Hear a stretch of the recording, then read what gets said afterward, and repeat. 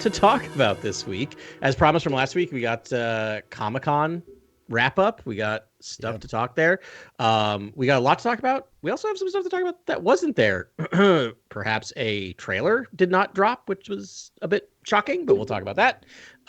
We have to check in with our Star Wars Unlimited correspondent, namely Grant. The utmost importance that we check in on this.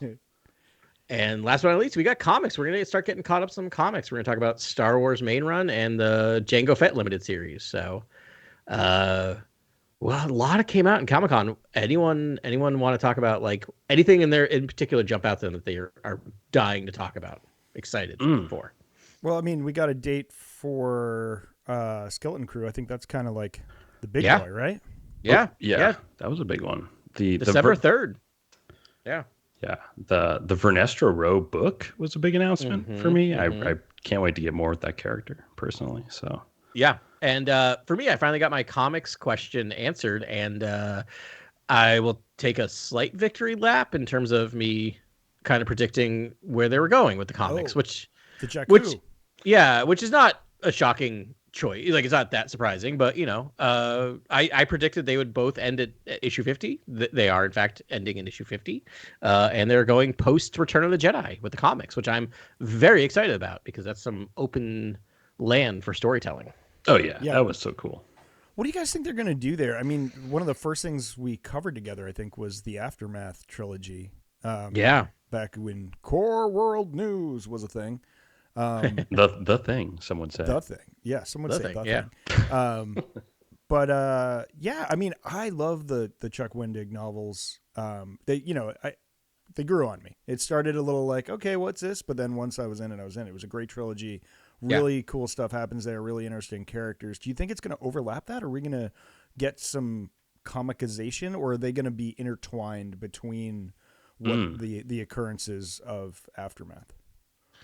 Yeah, I'm guessing the latter. I'm guessing it's going to be intertwined. I feel like that Battle of Jakku seems somewhat set. That seems really definitive. But I think they kind of set that in canon. I think there's a lot that they can do. I also do love those Wendig. It grew on me as well, though. I have to say, I don't know if we talked about it online, or on the pod way back when, but those books are written as those books are written like a Steinbeck novel.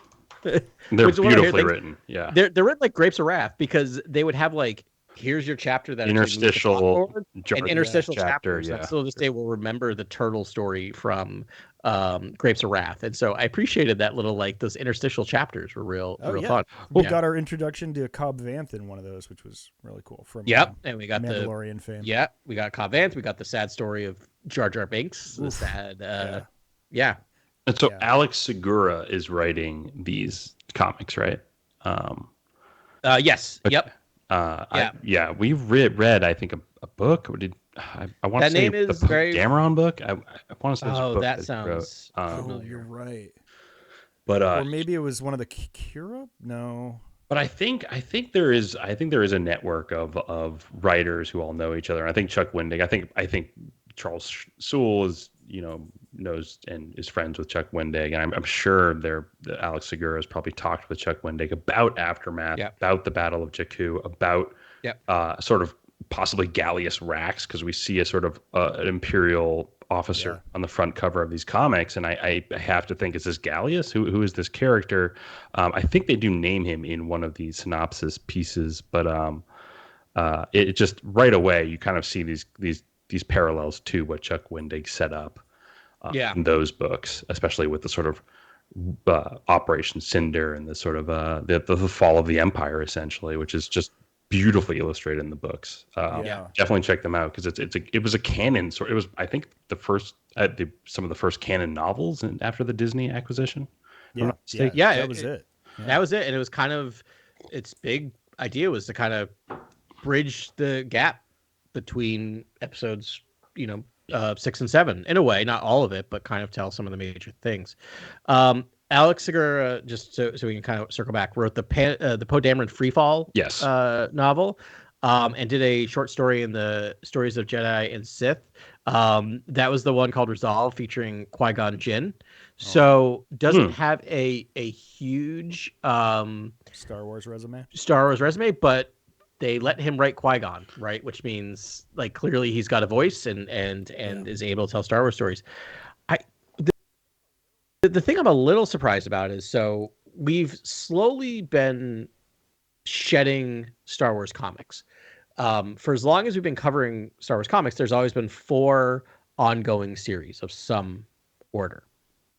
In the last year, we lost Bounty Hunters and we lost Dr. Aphra.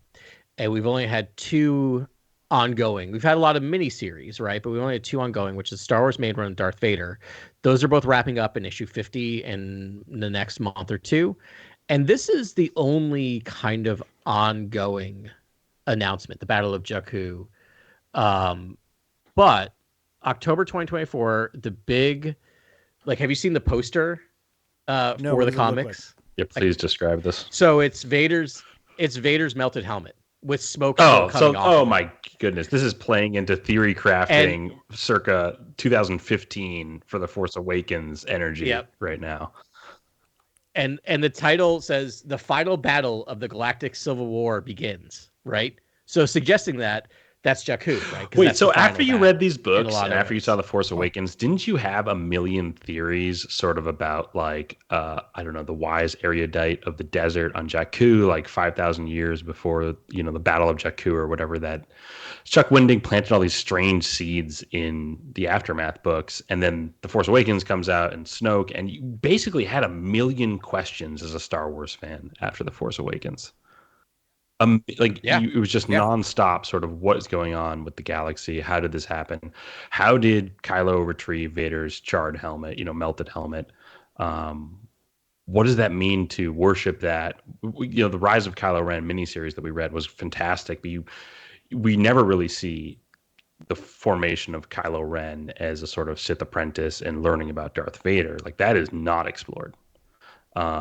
We also want to see the Sith contingency plan, right? We want to see Palpatine's plan. And I think we get the droids, we get certain things in Aftermath, and in Shattered Empire, that comic series that also explores a major storyline with the core ensemble after Return of the Jedi. Right. But before they knew, shockingly, before they knew what the end game was for Episode 9. So now we can do the thing where we can start going back, filling in, connecting. Because it was like... Yeah, backfilling the Jakku stuff. The main protagonists' names were Snap Wexley, so his own thing, and his mother, so they were new characters. There was a lot of new characters. The only named characters were Wedge Antilles was a big part, Mon Mothma. I mean, they created Ray Sloan, so we could really go with anyone, but she was dealing with Masa Meda. I think Masa Meda kind of ruled for a minute before Rax took over.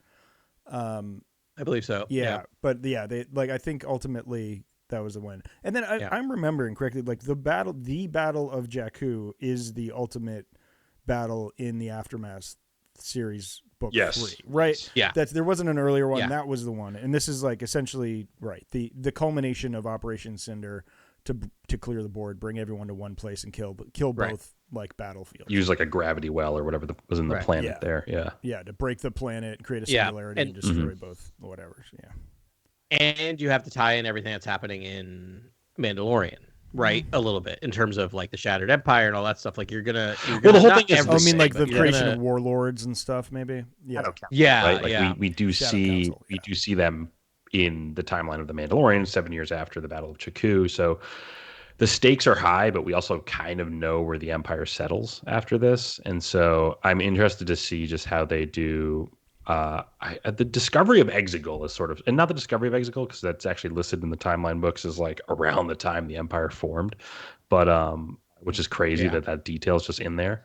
But it just sort of what's happening out there, what's happening with the how they're building this final order, even though a lot of people I think still parse that narrative decision and think do we need to explore this? But it would be cool just to see what's going on there. How did this all occur?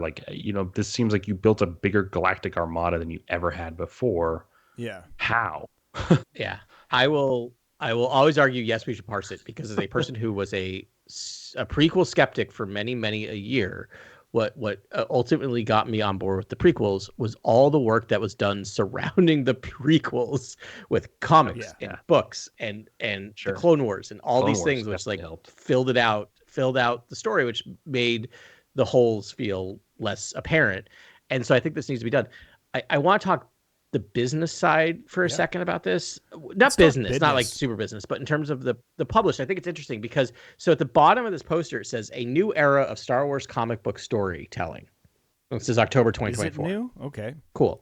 It's the New Republic era. It's the New Republic, but this is the only book that's announced, and it's a 4-issue miniseries. So they're playing their cards very close to their vest about what they're doing in the comics right now, which is interesting because comics are really difficult industry to do anything surprising in, because you have to sell to all your distributors, and to do that, you just send them the next 6 to 12 months of the publishing plan with the covers and maybe a paragraph that's really vague. And an example of this is, just as a really quick note to show something, is one of my favorite stories is The Walking Dead. I'm just like pulling out my Walking Dead volume 16. I don't remember what issue the final issue was, but The Walking Dead got to like 100 and some odd issues.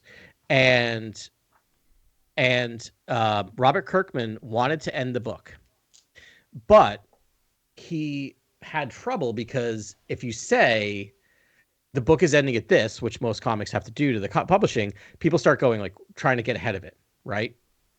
So he created fake issue numbers, fake covers, and fake storylines. Shipped out the last issue, and it just ends. And they're like, by the way, this is it. This is the end.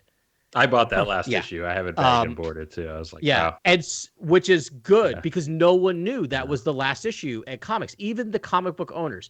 Alex Kirkman, as a side note, did a lot of work to help repay the like financially help out the comic book shops to recoup. Like he did a lot of he did a lot of special issues and signings and other stuff. Like he made sure he didn't screw over the comic book shops. But that's just to demonstrate how hard it is to surprise anyone. I think comics are actually much harder to surprise people. For instance, I knew what the end of the Marvel summer event was because they're already advertising the Marvel fall event, which means Doctor Doom became Sorcerer Supreme, and I figured out how Doctor Doom became Sorcerer Supreme, which means I figured out how all the vampires got destroyed. Neither here nor there. But because You're I speaking saw gibberish to me right now. Yeah. Are you okay? Ben just woke up. Do I have to call Carly and check on you? I don't know. I mean, I'm just saying Blade and Doctor Doom are playing big roles in the comics right now, and there's a reason for that. Because Blade vampires. Got it. Stick around towards the end of this podcast. You may be able to indulge in a sort of a Marvel discourse. Yeah. Do we want to do an add-on? I thought we all agreed that would be after the recording. We'll keep the recording. It'll be fun. Right we'll talk to him at the end of the pod. Stick around. Long story short, I'm really interested because this is one of the first times I'm really not clear what their plan is. They're not publishing comics, so yeah. I mean, what they're doing. I'm going to say something really stupid right now. Darth Vader's done too. You didn't mention it. I'm only mentioning it because you didn't mention that Darth Vader's ended. No, not yet. It will end right at 50. Right. Yeah. That's what I mean. But obviously, there won't be anything after Return of the Jedi for obvious reasons. No. Right. That's the other thing too. So it's just Star Wars. That's it. That's the only one that made it through. And that didn't. No, that's gone too. It's Jango Fett. That's ending at 50. Jango Fett, and then we'll have the Segura. We do have High Republic comics. Well, no. Kelnaka, Acolyte comics are coming. So we do have confirmed. Yeah, but those are limited runs. Like the Kelnaka is only a one shot. The High Republics are miniseries. So Ben, so it's just Jango. Well, Jango's done too, right? So Jango's only a 4. Yeah, both Bounty Hunters became limited run Jango Fett. Star Wars main run and Darth Vader ending at 50, and that's it. The only thing announced right now, other than a couple of these ones like Inquisitors that's going on right now, is just this Battle of it's just Battle, but that's a 4-issue limited run. Is Battle of Jakku limited run? So I don't know if their plan is to just do these miniseries limited run, which I wouldn't hate. That makes you tell a really tight story. Or if there's a longer arc. It's weird to me that there's not just Star Wars. You can call anything Star Wars. It doesn't have to be Luke, Leia, and Han to have a It's going to main be like Star a Wars. marriage story, Leia and Han, though. If we really pick back up with the ensemble, it's going to be like Leia and Han it's Rocky. Right. And then Luke and Laura Santeca are like off exploring the galaxy together or something. You know what I mean? It's like Max von Sydow heavy. Yeah. So that's the stuff I want to see, the Luke Skywalker stuff that happens there. It like from the beginning, what does he do first? Is the von Sydow like journey he goes on? Yes, von Sydow there immediately, or yeah, and then also his like Church vision of the Force quest thing. Remember when we read about the Church of the Force and we were like, is this gonna be like? Is Luke gonna have this, all these followers and these cultists that surround him, see him as this sort of like Messiah figure, and then it does the whole Dune thing where it's like maybe it's not good to be a Messiah because look at these fanatics, and then Laura Santeca is like, hey, let's just go look for Jedi stuff, and he's like, love it. That would be really fun stuff to cover. I mean, I haven't been clamoring for this in a couple years, I don't think, but like I still want my like Luke Vision Quest like animated series or something.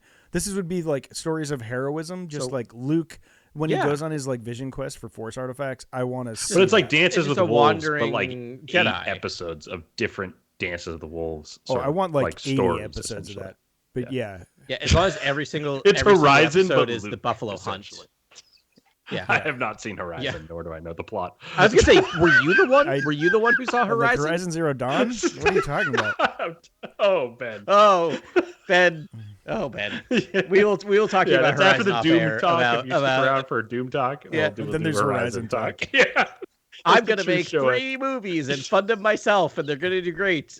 You did one, and it didn't do well. Can we maybe anyways. Come out? All right, great. Thank you.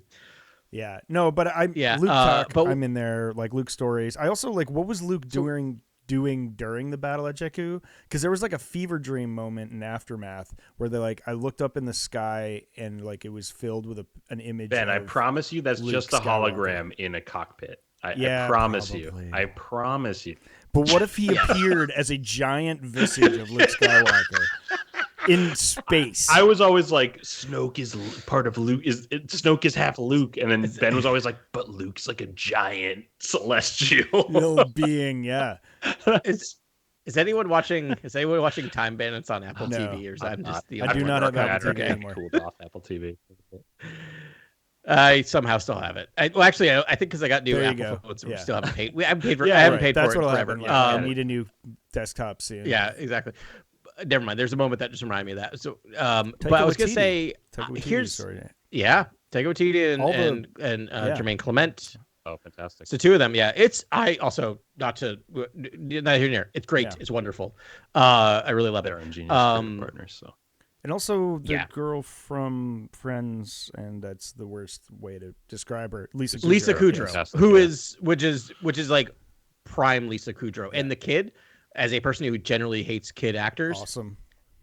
He's perfect. He's so good. Not precocious at all. Like not like that annoying Taika, precocious. like anyway, they're just child but great. casting. Like just Jojo Rabbit, actual character, ridiculous. Oh yeah, it's really good. There's a moment in that film that I think back to every moment. But anyway, just casually kid that's awesome at everything. Yeah. The chubby kid that's just like leading a battalion, like in the second act. Yeah. Like what? And he's like, you do what you want. He's already like on a second divorce, and he's 8. Yeah. Yeah. Not unlike there are a lot of parallels between Jojo Rabbit and Time Bandits. But this one's much more whimsical, less Holocaust and Nazis. So far, I mean, they travel through time, so there's going to be Nazis at some point, I'm sure. Anyway, wow, way off track. So all of that, I'm a little nervous because of kind of Iger's mandate that less Disney Plus, more movies. Like that's kind of his mandate, right? It's like we need to get stuff back in the theater. As far as we know. How's that go? How's that going for you, Disney? Anyway, they just hit it off with Inside Out 2 and Deadpool Wolverine. Inside Out and Deadpool is doing great, but what I will say is that I'm a little nervous that they're not doing the Star Wars main run because he's just like, well, we'll just wait until the technology gets there and we get past the AI battles and we can tell the Luke, Leia, Han post Return of the Jedi story on the big screen, right? So I feel like they're holding That's back. probably the movie trilogy that Charles Soule is writing right now. He would be the one to write it for sure. I mean, if like right? it's Soule, yeah. right? He's not doing anything in Star Wars right now. I'm telling you that. And everything they say, like the diction, that the man rhetoric, is always perfect. Working on Star You're Wars, like, it sounds like Carrie Fisher. It sounds like Mark Hamill. It sounds like what they would say and how they would say it, and he's really good at capturing the voice of each of the characters. Yeah, I mean, he has been busy finalizing the last book of the last novel of the High Republic. Right, Like, no big deal. And I feel like they gave him all the time, so... and they're just like, just think about this. Here's like the end cap, the start and the end cap. Here you go. Nail it. Like if you follow him on Instagram, he's sweating it every day. Like posting. And he's posting like random pages and like covers, and I'm like, like, because I just trust that man, great taste, so much to land that. He had one post that I loved so much, and he was like in front of an outdoor fire, like in front of like a fire pit in his backyard, and he was holding like the manuscript in front. It was all you could see was the manuscript with like the fire and the sacred background. text, the sacred text, and he's like, I feel pretty good about. He's like, I feel really good about this. I feel really good about this one, and that was it. And it was such a human comment from him, and I don't know. It just made my heart warm, and I'm like, it was just like, dude, it's gonna be. That's awesome. where you pour yourself a glass and you sort of look at it. You do once over, and then you think to yourself, what are the final thoughts here? Yeah, yeah. But don't you when someone says something like that as opposed to hype machine or like false modesty, like that just to me is just like, yep, he nailed it, because you say that when you're just like, you know it's good, and even if it's not, he's like, I feel really good about this in this moment right now. Let me enjoy this. If he feels good about it, I feel good about it. It is a big long beam or whatever Jedi capital ship of the High Republic era, to land though. It's a big ship to land here in terms of the High Republic, right? Like this is, I think we need a Sith tease. I think we need to understand what the Nameless is all about. Marchion Ro's fate, Avar Kriss and Elzar Mann's fate. Like there's so many things that need to get tied up. And then Vernestra Rowe and sort of her character development towards the very end of all of this is actually really important now. So there's so many things that need to get tied up kind of in that final novel, which is, I'm excited to read it because I believe in Charles Soule. You know what I mean? I believe in Charles Soule. I mean, we're talking books. Do we want to talk about Comic-Con? Yeah. So what you said? There's a Vernestra book. Wayseeker by Justina Ireland. I think she invented the character. Yeah, she did. Yeah. So that's huge, right? She gets to now do I think an adult novel called The Wayseeker. Adult Dara's novel, on the covers. 20. Yeah, it's 20 years before The Acolyte, which I like that. So going back a little bit. Okay. So we're getting a little bit, filling in the gap a little bit there. So we saw that. There's another book that's most anticipated, I think, for me. Yeah, not a ton of. It has the most metal title it's ever. Tessa's. Okay. Okay. Oh no! Hold on. No. Not there yet. Yes, one other quick one, and then we'll get to that one because that's the one I want to talk about. But since we're in High Republic, so fans of Yorn and Jecki, Yorn and Jecki are getting their own book. They're getting a YA novel written by Tessa Gratton. So we're gonna get kind of a backstory about them. Too late. Listen, like I'm sure Tessa's gonna nail it, and it'll be a great book. But it's like, do I need another Star Wars when I know the characters have a super tragic end?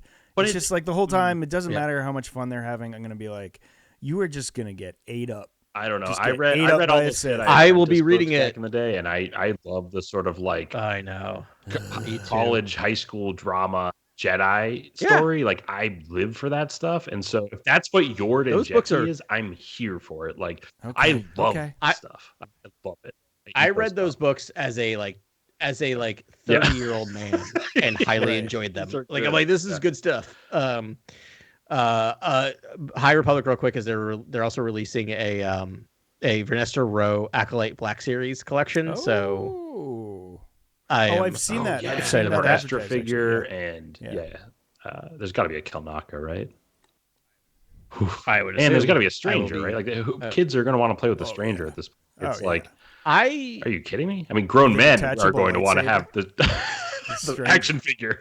I talk a big game about Black Series, but I do tend to keep my Black Series buying mostly centered around the original trilogy, without even like on purpose, because I'm like a very much I just walk at a big box store, and when I see it, I kind of like what grabs me. I am diversifying because my daughter she can play with all my Black Series figures. She always grabs Leia and Rey. Okay. It's always who she grabs. So I just got a why is my brain blanking from Ahsoka? Sabine Wren. Non-Ahsoka, not Sabine Hera Wren. Syndulla. Thrawn. Hera Syndulla. Okay. Hera Syndulla. But that's more because I'm like wanting that's a good to role like model. trick her. Yeah. I'm trying to like trick her into liking Star Wars. But the Acolyte might be the Black Series that I might actually buy the most of, because like I want a stranger. Like those things are going to look like. Guess what the like, strangers I want got? those action figures. A helmet. Yeah, helmet. What? Sick You know what helmet. that Helmet. means? Yeah. It's going in the collection. Oh, okay. If it has a helmet, If it's in the collection. If the character has a helmet, it's in the collection. That is true. Oh, okay. Why not? This is all over the place. Why didn't they put the stranger's helmet in the Star Wars opening sting where they Yes! show all Right. the helmets? I guess probably Right? because they didn't want to blow the reveal, the tight reveal. I don't know. You're right. It should be there. I was like, they wanted it like the arrival to be sort of sudden and whatever in the show, but still like after it, they should have been in there. I don't think right, it's iconic. exactly. I thought like maybe episode. It should 5. be iconic now. But it should be in the next series. I want to see it in the Skeleton Crew. Like, It's a little Kylo Ren-ish, Yeah, though. that's Like, a good point. If it's not there, it's a little. I'm gonna too rate strongly similar worded to Kylo email. Ren. I don't know. I think people would get confused. It might be a brand thing, right? Like brand management. It's just like, you know what? It's just a little too similar to Kylo Ren. If we could just leave it out of that the front cell on the animatic, it might be nice to just keep that brand differentiation between Kylo and the stranger.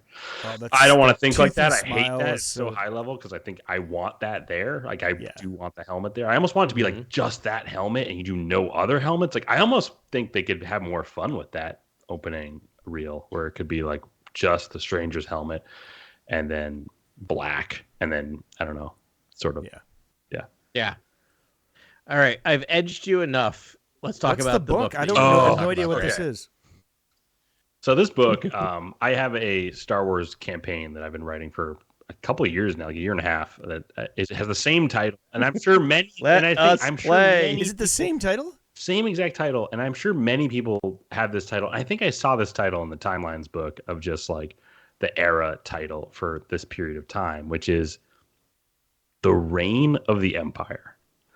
And it's obviously in the crawl of multiple films, I believe. Like The Last Jedi has the First Order reigns, like another film has the Empire, the Empire reigns or something, and it's in crawls.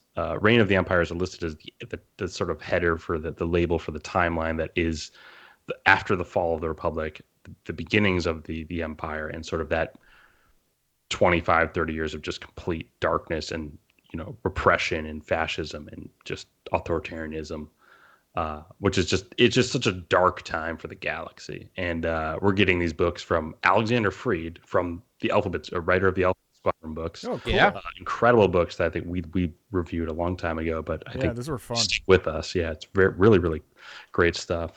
He's a fantastic writer.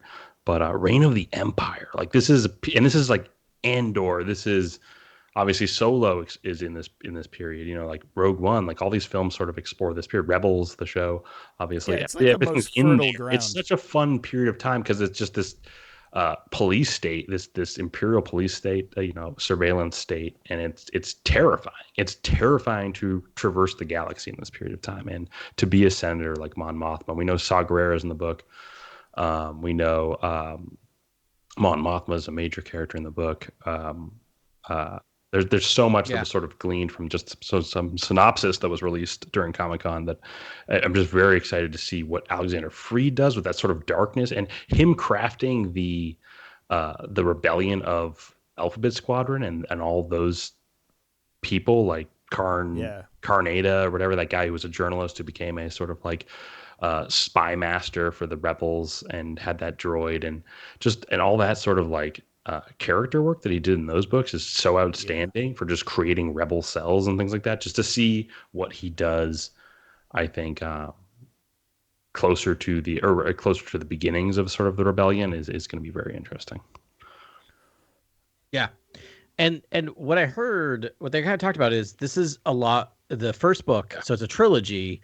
The first book is The Mask of Fear, written by Alexander Freed, and it's supposed to focus on Padme's legacy in a lot of ways, and the role her life and her work played in kind of the nascent rebellion in a lot of ways, because it's actually going to build off of, I think someone said, it might have been actually Freed said, it's going to build quite a bit off of that deleted scene from episode 3, where you see her meeting with Mon Mothma and all these other people talking about kind of and Bail and talking a bit about. So is this going to be an Andor prequel, sort of like where they're really talking about the politics, or is it like the people on the ground, like just like random citizens of the galaxy, how they're, what's going on in their lives and politics, or like, because I'm like honestly a little surprised they can do anything in this period because there's been so much. Mm-hmm. I was also very surprised, because it's gotta thread the needle, right? Like you can't step on the toes of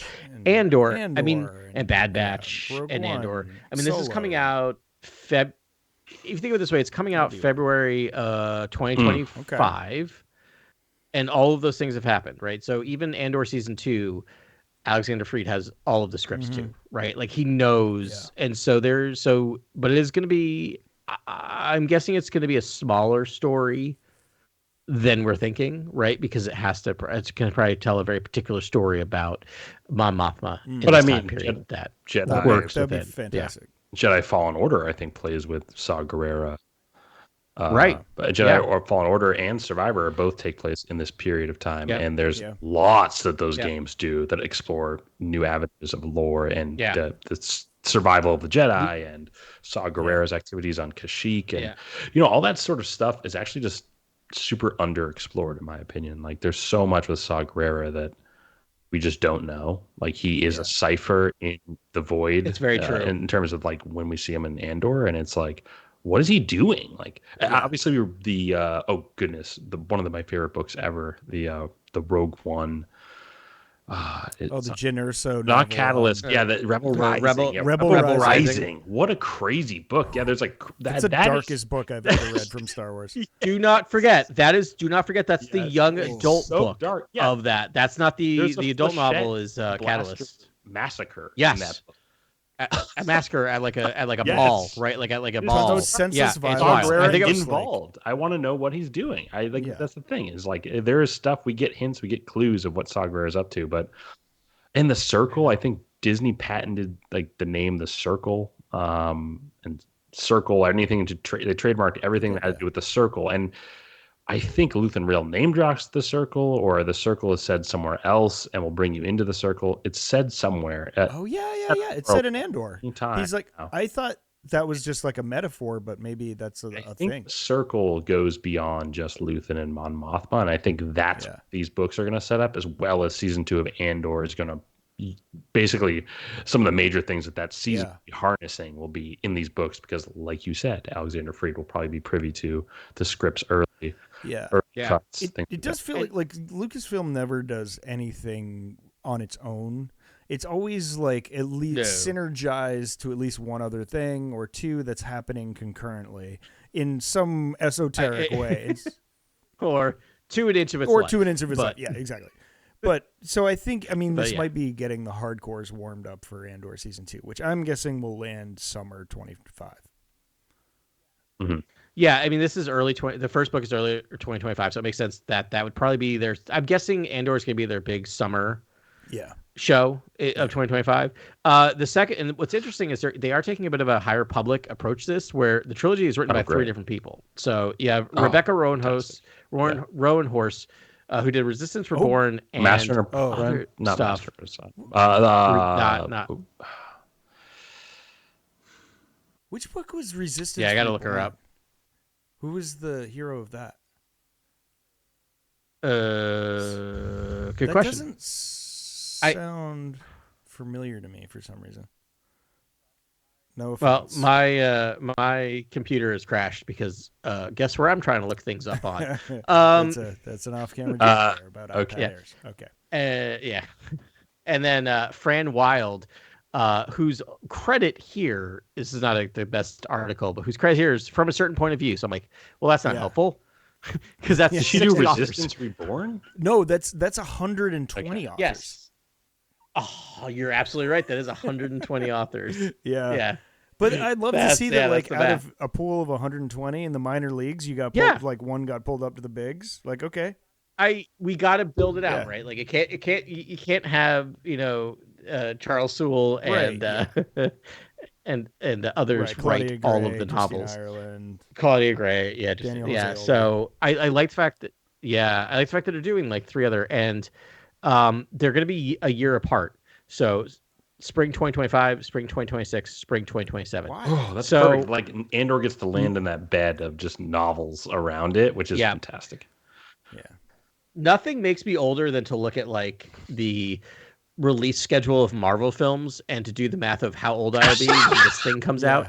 Because like don't do I that. remember doing that where I'm like, I'm gonna be 45 when the next Avengers movie comes out, but now I'm like 44 and I'm like, that's not that far bad. away. But like it's right. really just but like her- I remember looking at that it's when I was really just 38 and going, Age in oh, relation to Robert Downey Jr. at this point, so that's all you gotta really think well, about. that man's ageless. Yeah. I mean, it sleeps upside down in a hyperbolic chamber and will live forever. And they like thaw him every like 6 hours to do like a 30 minutes worth of work. But I will say that I like that release schedule because I like that they're thinking about the future, right? Like to me, it's comforting that there is a plan for Star Wars things to still be happening in 2027. I know that sounds strange, but as a person who lived through the dark ages of Star Wars releases, to be like, oh, they have. We have another decade theatrical planned out. Releases coming. We have a Mando and Grogu Right? film. Apparently, I'm getting excited about this Mando and Grogu film because I heard through the grapevine that Dave Filoni had an opening that he just thought was perfect. And I just rewatched Mando like last week, and I just watched that last episode where he's on his little tract of land with the house. And you get the little circle wipe to like Grogu in the pond and Mando sitting on the chair, and I'm just like, this is actually a setup essentially. This is essentially a setup. It's actually not an ending at all. It's essentially a Looney Tune where these guys are actually going to go on another adventure, and this is nowhere near where the sort of epicness that can unfold with them. Yeah. 100%. The Mandalorian has earned rest, but he will never take it. I mean, and nothing's more emblematic than that. Than as he's relaxing on his front porch in his like whatever time away, he's still in full armor. Yeah, it's like the kid's right. That's a good point. Yeah. That's a no really one really good point. cares. Yeah, it's like I want to be in my comfy clothes. I want to be in soft pants if I'm if I'm out there truly chilling on my front porch. And he's like, nope. Full battle gear, everything's locked and loaded and ready to go. Yeah, you just never know. And when they come and raise the city and kill off Grief Karga, just kill Grief Karga. He's gonna be. Yeah, but I love to hear. I know I love to hear that he had that opening because I think, I honestly think like similar to James Bond films, Star Wars films live and die by their opening in a lot of ways. Like you need an opening for a Star Wars film. You're kind of like, how are you going to open a Star Wars film? It has to, you're following the most iconic opening of all time with Star Wars 1977. Honest to God. Yeah. A New Hope is one of the best openings. It's still 50 years later, like it's almost 50 years later, still is just mind blowing. Just dealing with robotics and some of the technology that it explores, and that in those moments, it's sort of it's predicting a lot of actual tools and science, and it's actually endlessly captivating when the droids get launched and they don't sense life forms in the pod. It's like I keep thinking back to that scene and being like, this is so bizarre. It actually feels like avant-garde or sort of like indie filmmaking. It doesn't feel like a studio note would be like, there should be a person in that pod. There should sense one life form so then they can pursue them. And then it's like, and then it makes sense on the planet. Or I don't know what the studio note would be. Right, it's like, it just feels like such an abstract idea that 2 droids are in the pod. And so I just endlessly am fascinated by that. I just still don't like that the and the Star Destroyer coming over is just, again, my father, who is like not a nerd at all. He's been very supportive of my nerdiness, but he is like not. He's a jock in a lot of ways, and like, not Put a that nerd. lightsaber down. Like son. he went to see. No, he was like, good. pick it up, but like, like he's just not like, he doesn't dine on that stuff, right? Like he would always indulge it for me, but like was not his thing. But like he went to see Star Wars. It was actually my parents' first date was to see Star Wars, and he still to this day will talk about that opening scene. Like it's still like, even in the man who was not a sci-fi nerd, like that. I mean, to people like us, that's kind of like just the that moon scene. landing. We're kind of like, you saw it, you saw it. Yeah, I know. Yeah, the thing. For real. Yeah. Are we done? Are we finished? I was gonna say, I think we did everything at Comic-Con corner real quick for some Star Wars Unlimited news. Do it. So you may have heard about this little trading card game that's sort of making waves and selling out all over the country at your local hobby shops. Star Wars Unlimited has had 2 sets so far. Like in July we had set 2. Set 3 is set to release in November. And at Gen Con, Fantasy Flight announced the name of the next 3 sets. And I know you guys aren't partaking in the game itself, so I thought just sharing the titles of those sets might be fun for you guys. And I'll let you know the name of the sets that have taken place so far, and maybe you can kind of judge the what you think of the naming and sort of maybe what's going on with each theme. But first set, Spark of Rebellion. Second set, Shadows of the Galaxy, just released in July. Next set, Twilight of the Republic, releases in November, with 2 new really cool sort of abilities for cards, which is Exploit and Coordinate. Exploit is you can destroy units to pay less for a stronger unit to come out in the battlefield. Coordinate is the more low-cost units you have in the field. You get a buff on a certain unit. Really cool new like mechanics are entering the game with each set. But the next 3 sets, so those 3 sets are Spark of the Rebellion's all like the early days of the Rebellion, the Galactic Civil War, Vader, Luke, your main ensemble, Palpatine, all of the sort of Reign of the Empire era, just we talked about with the book there. The next set, Shadows of the Galaxy, is kind of an underworld theme. In this current set that came out in July, you have Darth Maul, you have Dr. Aphra. Darth Maul, I mean like underworld Maul, essentially. Bosk, Jabba, all this sort of underworld sort of nice chicanery. And then the third set, Twilight of the Republic. This is good. It's not out yet. It comes out in November. It's basically focusing on the fall of the Republic and sort of the fall of the Jedi, like prequel era, the Clone Wars. It's the Clone Wars. It's all Whoa. They just teased Ahsoka and Grievous as new leader cards. Really cool stuff. So they're very encapsulating those first 3 sets, right? The first set is the Galactic Civil War. The second set is sort of the underworld and all like the nooks and crannies and gaps in between the films. A lot of First Order, a lot of sequel trilogy cards in this new set, the Shadows of the Galaxy. Twilight of the Republic, going back to the prequels, covering all that. The new sets now that were just announced. Can I guess? Can I guess what the 2 are? So they kind of encapsulate eras of time. So by all means, go ahead and guess. I mean, I guess this is kind of dumb. But what if I told you there's a big change in the formula and it might not be surmising sort of eras of time as much as sort of exploring themes in a new way? But go ahead and make your guess. Okay, then I'm going to be terribly wrong because I'd be like... Yeah, you probably will be because I could not guess these titles. Right, like Rise of the First Order and maybe like, the Freedom of like Mandalorians or something. Rise of the First Order is a great one because Spark of the Rebellion, Shadow of the Galaxy, Twilight of the Republic, Rise of... we haven't had a Rise, and so it's perfect. Yeah, that's great. Right. I like it. It's just not what they're doing at all. All right. Okay. Okay. Thanks for Adam. Yeah. I no. After all that, I got nothing. Set 4 for Star Wars Unlimited will be titled "Jump to Lightspeed." Oh, so starships? I have no all starships. Idea. Is it all it's thematically leaving sort of like these encapsulation of eras and sort of moving into these broader themes of sort of mechanics in the galaxy, right? Like, or I don't know, just sort of what does jump to light speed mean to you guys? I imagine you'll get your first like space leaders, like the leaders that deploy into the space arena. Like all the leaders right now deploy underground, and I do wonder if the next thing space leader. Yeah. I mean, it's what they do in the games all the time, right? Like Star Wars Galaxy, right? Like they would have the that's the thing about like Outlaws that is kind of shocking to me is like they already have space battles. I figured that'd be an expansion for the game. Yeah, Like that's usually sure. how these things work. Grant, let right? me ask you. Yeah. If that's what we think it is, would you just get Admiral Akbar, or would you Admiral get Akbar Home is One? already in a set. He's in Sparks of Rebellion. Home One is already in Sparks of Rebellion. A lot of the ships, characters, gadgets, circumstances that occur in the original trilogy have already been explored in that very first. Okay.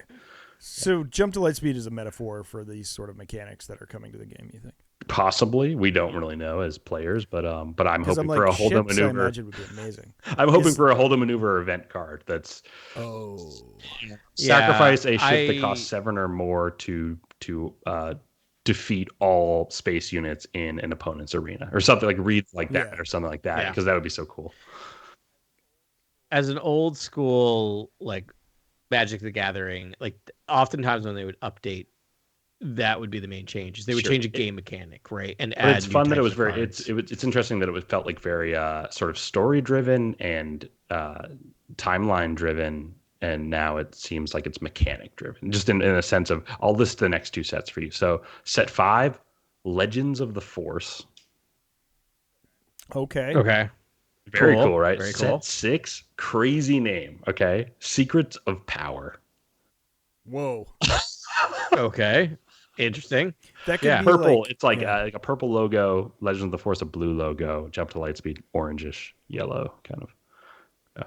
Yeah. I mean, Secrets of Power. Cool. It's gonna have Chimere for sure in Secrets of Power.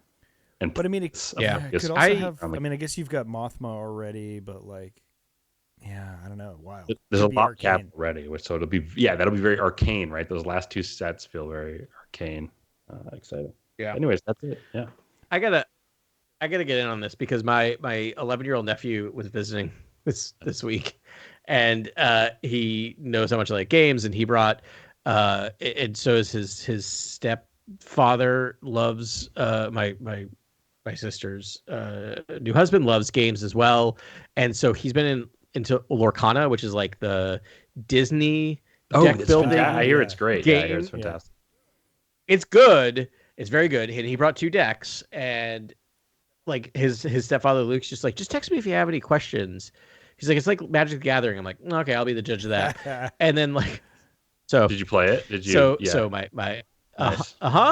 And he taught me the rules, and I destroyed my 12-year-old nephew. Oh yeah, 5 times you got to get on this. And like, I'm like, I'm sorry. Get on this. I'm You're sorry. going to be like, traveling to different locals and stuff, and neglecting everyone you know. It's going to be like tap tap tap tap tap tap tap. Yeah. This I'm gonna do that. Do this there. Do that. You have a resource pool in Star Wars Unlimited too, so it's very similar to Lorcana. You would very easily adapt to Star Wars Unlimited, and you'd love it because you can build it around the specific hero you like and the tactics you like to use, and there's so many leaders at this point, and it's got again, in the name, it's unlimited possibilities. You can really just design any deck you want. Although there are meta decks right now out there. I see you Tarkin space decks, and you Boba space decks, and you Boba bounce decks, and Sabine aggro decks. I see you out there. I get what you're doing. It's too fast for me. I like to slow it down.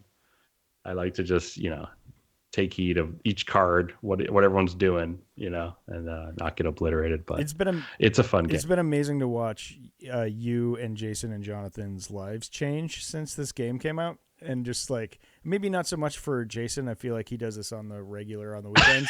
Jason got us into it, and we're gonna get Jason on the pod. I think maybe next week. We need to confirm that with him. But I think we're going to try to get Jason on next week, maybe the week after, but we're planning to do predictions for set 3 leaders, round robin style, jump around the table. Who are the most important leaders? And this is for people who know about the game and don't play the game.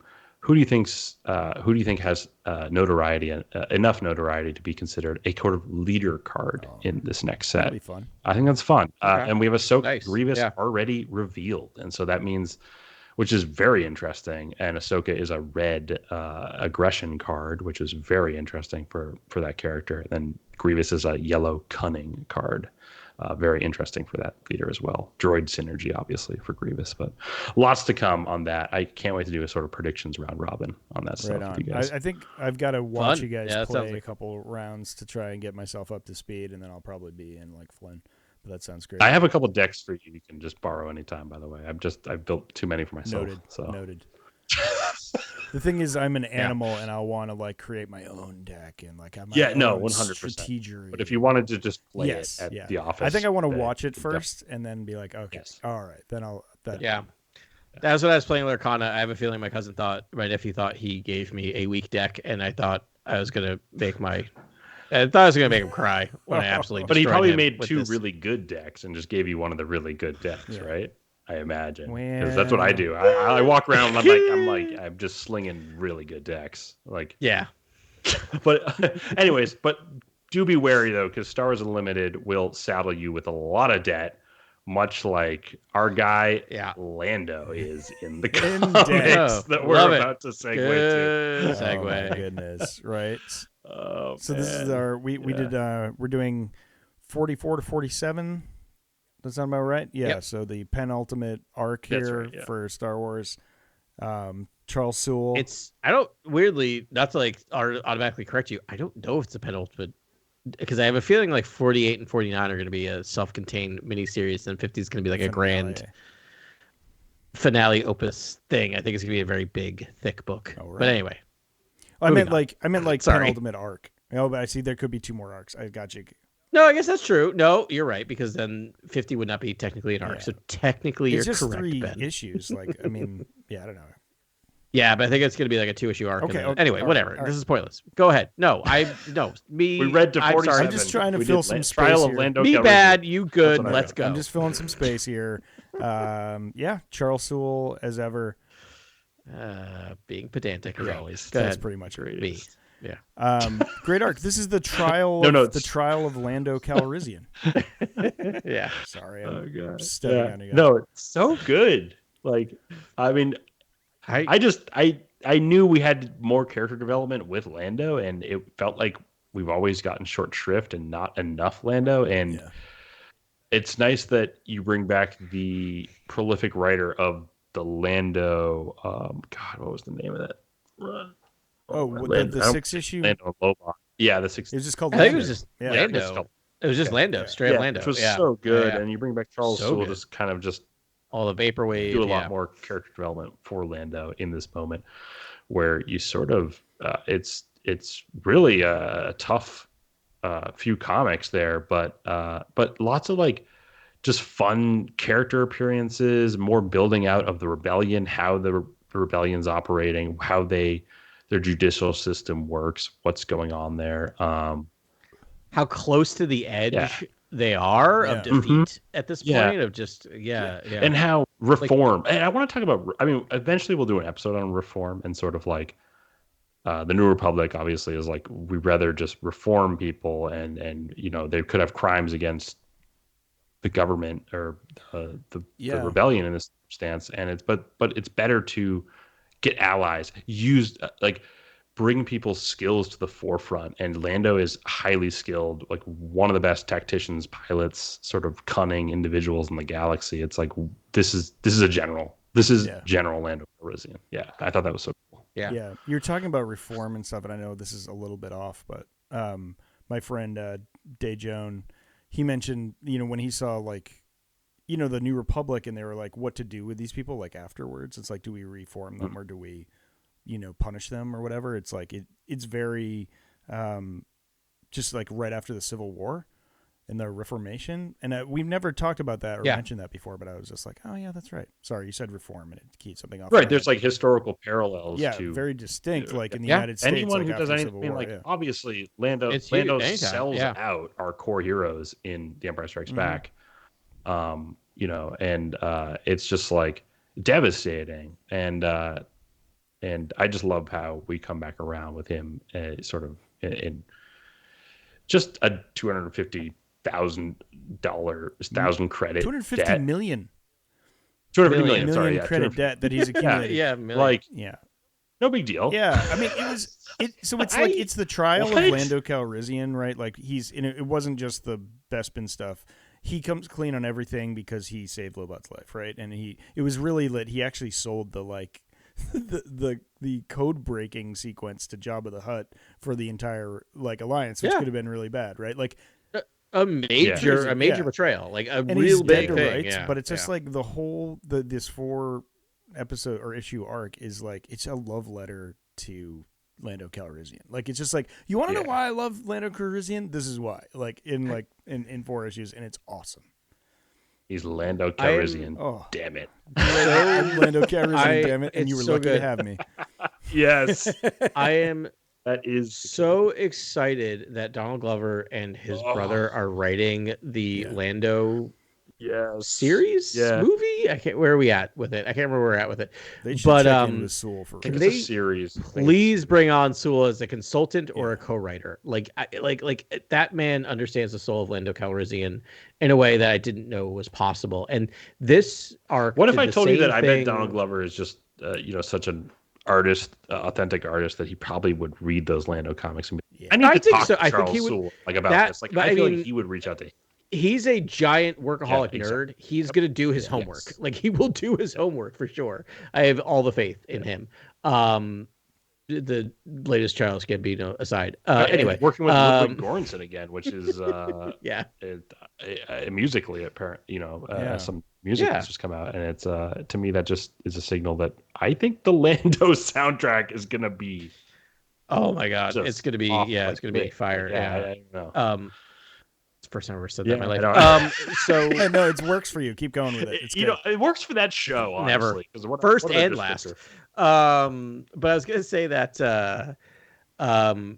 this 4-issue arc did the thing that the Obi-Wan TV series did for me, which was tell a story I didn't know I needed, and am now glad that I have it. If that makes sense, where I'm like, this did the job of explaining what happened to Lando between episodes 5 and 6, right? Of like, how did he go from like, I sold out everyone, like stole Han's clothes, and now I'm a general in the rebellion, right? And I like the fact that this arc starts with him just going like, I'm just tired. Like they got me, like you said, and they got me dead to rights. I'm just tired of running. I'm tired of living this like this life of just lying. Of just like a huckster and lying.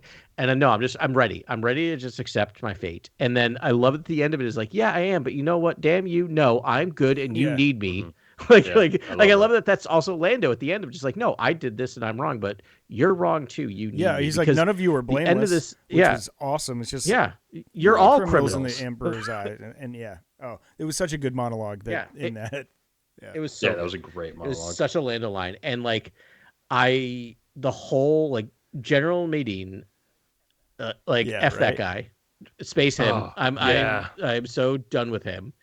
And like the bad guy that bureaucracy is throughout this whole thing, where I'm like, this is dumb, having a secret tribunal to just do whatever, because you can't tell everyone that you're going to space this guy because you are hanging on by such a thread that's saying that you're killing a popular person. I'm like, maybe think about what that says about you as an organization. Like, it really got to the point of just like, I don't know. Like, I'm 100% by the end of it on board with Lando and being like, no. And I have to say, I know this ending I don't particularly love. I think his punishment should be the Star Trek Episode 5 punishment of Episode 4 punishment of like, you are demoted, Captain or Admiral Kirk. You are demoted to captain. Yeah. Like, that's your punishment, which makes him happy. And like, your punishment is you are promoted to General Calrissian. That is your punishment. Because like to put issue, though, they haven't officially like. No, that's my point. That's what it should have. Cute. But my point is that should have been because, oh boy, well, we brought up Reconstruction, but to put a person under indentured servitude to the rebellion is kind of a bad look. Yeah, I'm just saying. Yeah, I totally agree. Don't you think it was a little bit of a? I felt it was light and it was a little wink. Yeah. So two questions. Don't you think one? Don't you think it's a little bit of a wink and a nod? And two, do you think flying the Millennium Falcon into the heart of the second Death Star to blow it up was enough to like clear his debt? Yeah, I think the follow up, and it might even happen in issue 50. It might actually happen in issue 50 of Star Wars. If it does, then I'm like, perfect. all is forgiven. There might be a scene where like, yep, your debt is paid. Because that scene you paid. That's perfect because you want the continuation of this storyline into that moment of I just saved that's a good point. the rebellion. Yeah. Like I was right. I was right to believe in myself. I was right to sort of fight for my ability to work hard and change myself and change, my outcome. I would love for the last 3 episodes or issues. Sorry, I can't get it right.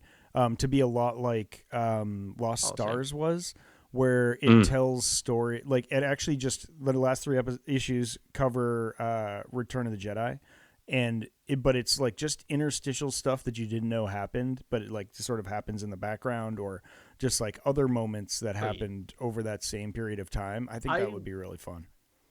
I'm guessing issue 50, which they mentioned is a giant-sized issue, is going to be that. I think that's what issue 50 will be in a lot of ways. And by you saying that, Ben, I completely take back my critique because I think they're going to 100% do that. I mean, it's Charles Soule, right? Like he plants that to then have that pay off 4 issues later in a very wonderful way. Claudia Gray did it masterfully in Lost Stars, but they don't really overlap. I mean, obviously, from a certain point of view, that's all they do. But yeah, like comics and stuff, they don't do the overlapping thing too much. There are gaps of time that are missing from Return of the Jedi that I think Soule does a great job of sort of like infiltrating and finding those moments and adding basically like canon. And it's like.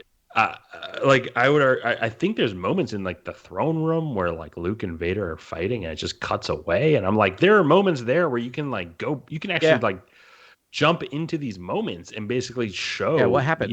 Major operatic, interactions between characters that are just not on the screen. And the Emperor is talking and the fleet is being intercepted by the Imperial fleet. And we're with the Emperor and we're with Luke and Vader. Like what's happening over there? Like, obviously it cuts around, the film itself cuts around, but like there's periods, there's gaps of time in there that Soule could definitely just surgically go into and insert really fun things that we've already seen him do so well. I mean, we're going to get the end of, we'll talk about it when we get to the end of a Vader arc and we cover Vader shortly, but like Vader also, they love to do that in Vader, right? Of telling these like flashbacks into like what else happened, what did we see, what was going on in characters' minds.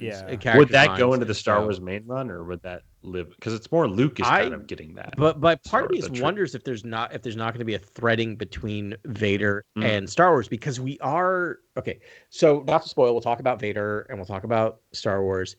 But those 2 books are starting to thread, because what we're seeing is like we're seeing the collision course between Vader and Luke coming, right, in both of those books. And so I wonder if they're going to be like telling different point of view. I wonder if they're not working together, right, to tell the same stories from Luke's perspective and from Vader's perspective. And from Vader's, because there's a lot of time that Vader is not on the screen in Return of the Jedi, and you could do like so many cool things there. Can I guess that the final panel is the melted helmet? Like just to continue into the next. I think that's a very good guess. Yeah, I think that's a solid guess. Yeah, I wouldn't be surprised. Or the actual melting of it getting red hot and sort of melting a little bit. Like we never get to see Anakin watching his own body burn, but it's just like maybe we get that of like watching Anakin, from behind. So this is probably my main question I have is just where was the Anakin's ghost in the sequel trilogy, and sort of like what was happening there. Yeah. Do we have and 3 if hours? Soule wants to go in on that, that would be great. Like I would love someone to sort of define where that ghost is and why Anakin's missing until Ahsoka. You know what? I think Ahsoka happens before the, sequel trilogy, obviously. I think maybe he ends up as like the Mortis god or something, and like he's busy. They have to. So write Filoni him has to cover off. that up. Yeah. So this is a massive backfill cover. It's a backfill. You have to backfill. It's a giant backfill. Hide Anakin. Like you have to demonstrate that he was not available during the sequel trilogy. Because then if you do that, I'm like, okay. Yeah. Because if he's not, I'm like, why was Anakin just sitting on the sidelines while his grandson was going through a parallel arc? Yeah.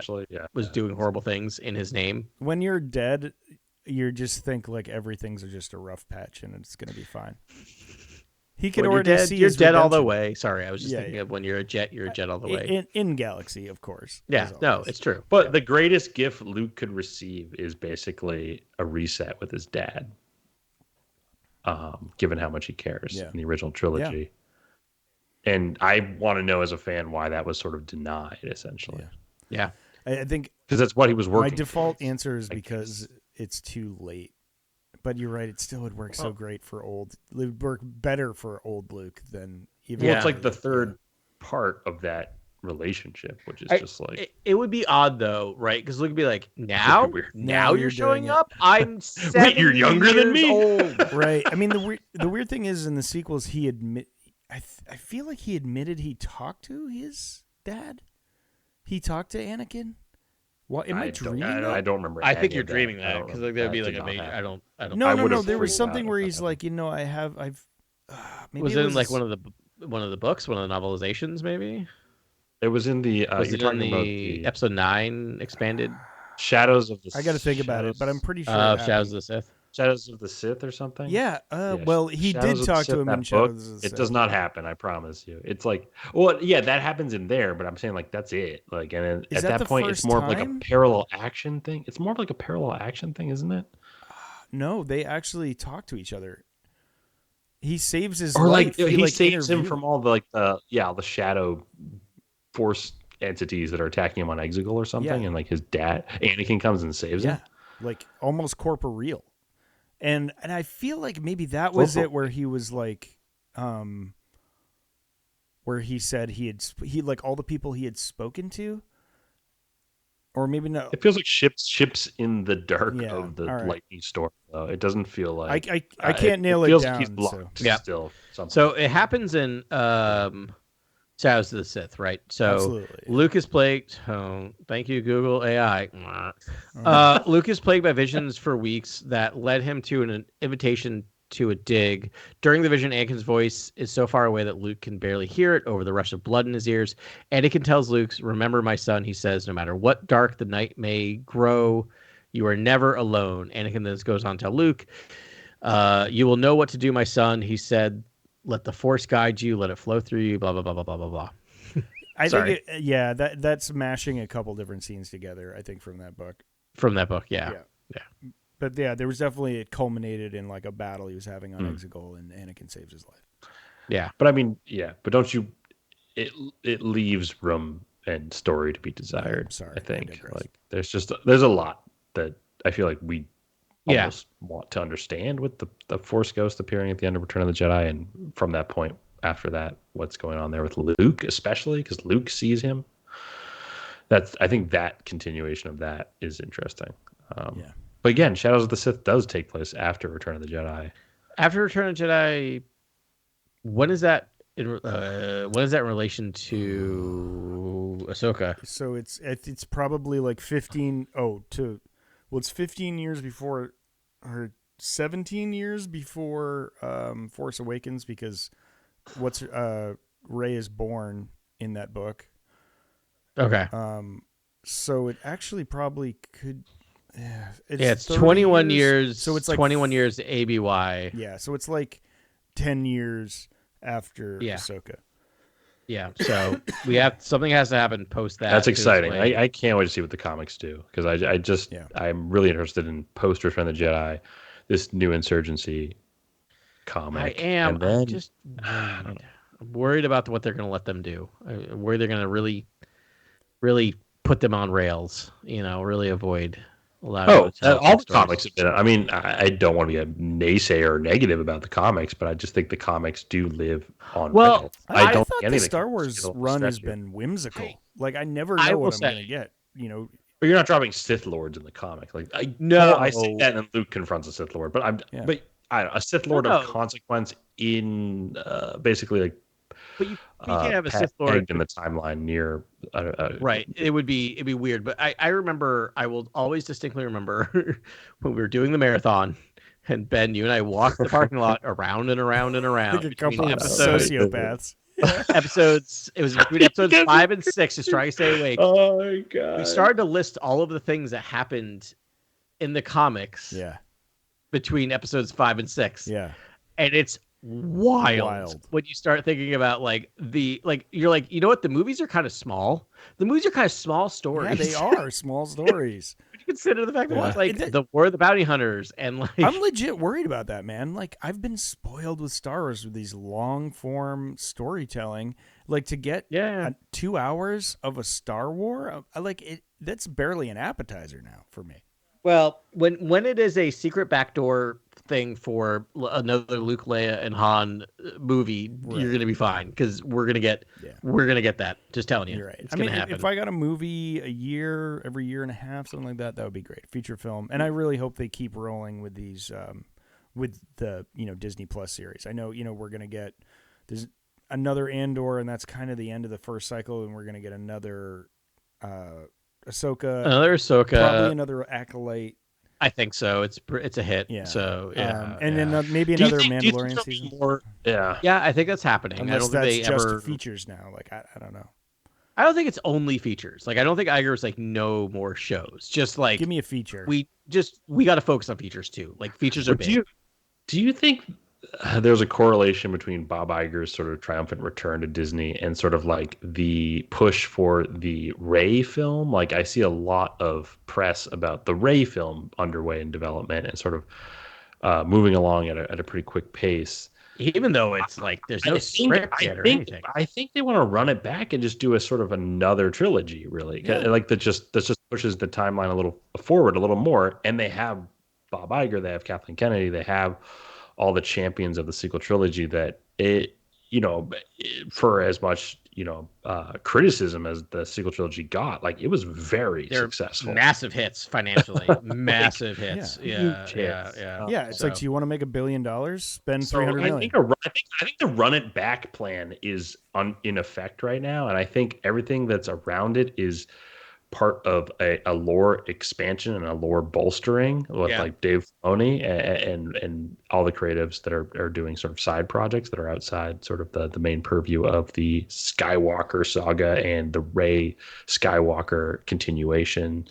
And sort of everyone else I feel like is making projects in development, but I really think you have all the pieces in play for a run it back sort of like, let's just do this again. We have Daisy Ridley. She's ready. She's ready to make this movie. And then, there's so much. Star Wars has been able to do something that Marvel hasn't, which is stay out of the theaters for 5 years, 6 years at this point. Like I will have a child that I theoretically could bring to this movie who didn't exist the last time a Star Wars movie was in the theaters. We saw this movie. This is the last Star Wars movie. Just a reminder, was pre-pandemic. Like we all just went into a theater together, didn't think about it, like whatever. And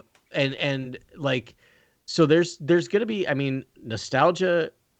Okay, one of the best bits in Inside Out 2 is nostalgia, but I won't talk about that. That made me laugh every single time. But like it is, you're early. You should be here for another 30 years. But like my point is that like it's I mean, it sounds weird to talk about 5-6 years for 7 years for nostalgia, but that is enough with the cycle we're in, that there's nostalgia for a Star Wars movie by the time it comes out. Yes, it's gonna be fun. I'm hopeful for the Charmaine Bate Annoy film. I really me too. I really want that film. I just think that the pieces are in play to develop this and get this in, start shooting, because I just feel like there's so much you can do right there. We still have yet to see a gray-haired Chewbacca. We still have yet to see there's so much ways to age characters that we know, classic characters that we haven't seen yet. That could be so interesting. There is something. This is going to sound really morbid, perhaps, but there's something refreshing about the majority of our legacy characters not being around, right? Like I love it. I love them, but like to be free of the weight of Luke, Han, and Leia. Yeah. This sounds so dark, but it is interesting, right? Like tell a story about right. From a the galaxy. I agree. Yeah. I totally Yeah. agree. Yeah. Yeah. There's no backfill. There's no sort of legacy fill happening. It's all Rey. All forward momentum. The Force. Yeah. No, we have no idea what's going to happen. Or I guess it's new characters, right? It's Rey is the most powerful Jedi in the galaxy, but there are new characters. Young new characters that will like be our next wave of Star Wars Luke characters. Skywalker and Leia Organa. Yeah. Right? Yeah. You can introduce new characters. Hopefully we get Boyega's Finn, which would be great. Yeah. You could introduce queens, right? Who may be the next may age into being major Star Wars characters. Or not. Yeah. And then you write them off. Yeah. That'd be super fun. Yeah. Anyway, should we talk about the best bounty hunter in the galaxy? Yeah, let's do it. Sure. Let's do it. So, Jango. Or debatably. Yeah. Jango Fett. Yeah. Yeah, that just definitely plays in your head. Every time it's just an action sequence where he's just like busting out all the gadgets, you're just like, is this not the coolest character in all of Star Wars? Should there be a Jango show? Should there be a Jango main run? Like, I'm just missing a big bad bounty hunter. Like, I'm missing that feel. And even War of the Bounty Hunters, I felt like it was just like a soccer clinic. Like, it was also okay. Sorry, it did not feel like aggressive. We don't need crazy. to we don't need to we do not. No, we do not. I will always say this again. That is a misnamed thing. There was no War of the Bounty Hunters. War of the Bounty Hunters did not occur. I was sold a bill of goods. I want my money back. Yeah. Even though the story was fun. Retitle it, but not quite like this. Dark Droids? Dark Droids was Dark Droids. We got Dark Droids in Dark Droids. Okay. Sorry. All right. Anyway. All right. Jango Fett. Comics make me angry. All 4 issues spectacular. Like every single issue, and just the political sort of intrigue that's going on. Yeah. Wow. Like the Nautilons and the oh my goodness, don't tell me. I forgot. Gleam Slim. Gleam Som. Yeah, they're all Gleam Som. There's the Unsalmi. The Unsalmi. There you go. 2 species that are sort of like, if you're a Star Wars fan like us, you think about like the Quarrens and the Mon Calamari like once a day. And now I'm adding the Nautilons and the Unsalmi. Salmi I mean, it's my favorite thing of just like it's Tobias Beckett, right? I want to learn to play the Valakora on Gleam Sol. Like I think about that line. I think about that line a lot. That's like Woody Harrelson's. That to me is like a core Star Wars line because of the way Woody Harrelson delivers it. It seems like a Star Wars line. Like it just is nonsense, but it feels so meaningful. Real. And here we are. Yeah. I thought it was kind of funny that they had another Hatfields and McCoy's aquatic species war. I like that because listen, the galaxy is nigh on infinite. It makes sense that this would happen again.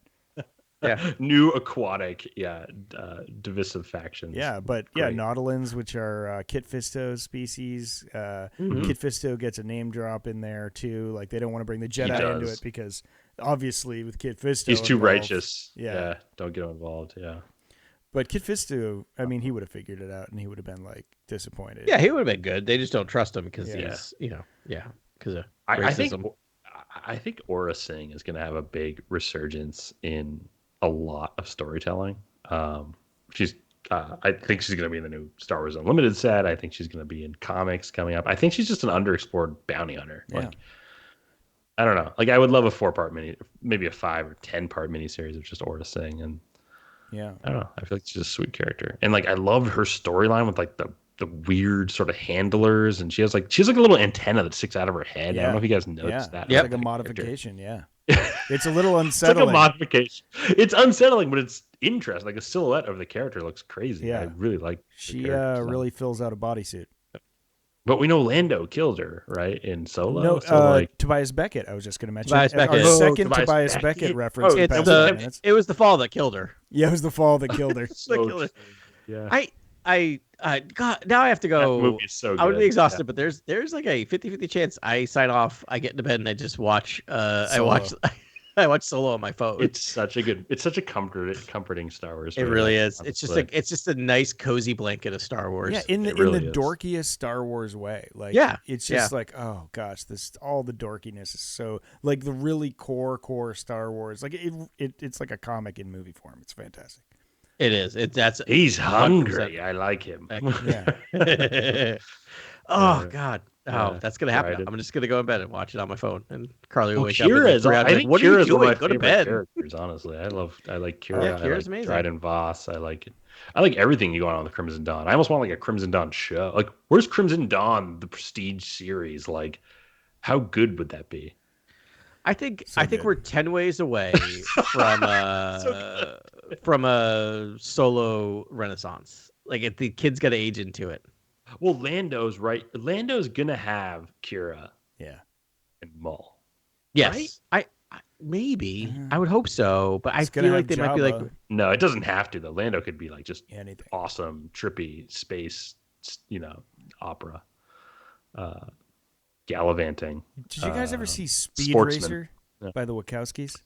Oh yeah, Yes. of course. Yeah. That's what I kind of want Lando series. It is like a total acid trip, just like But lights some in on your location eyes. shooting, like some on location. which not by the way, all if you did volume. that now, it would work. With the Speed Racer didn't work because the Wachowskis, as per usual, were about a decade ahead of their time. love that and now movie.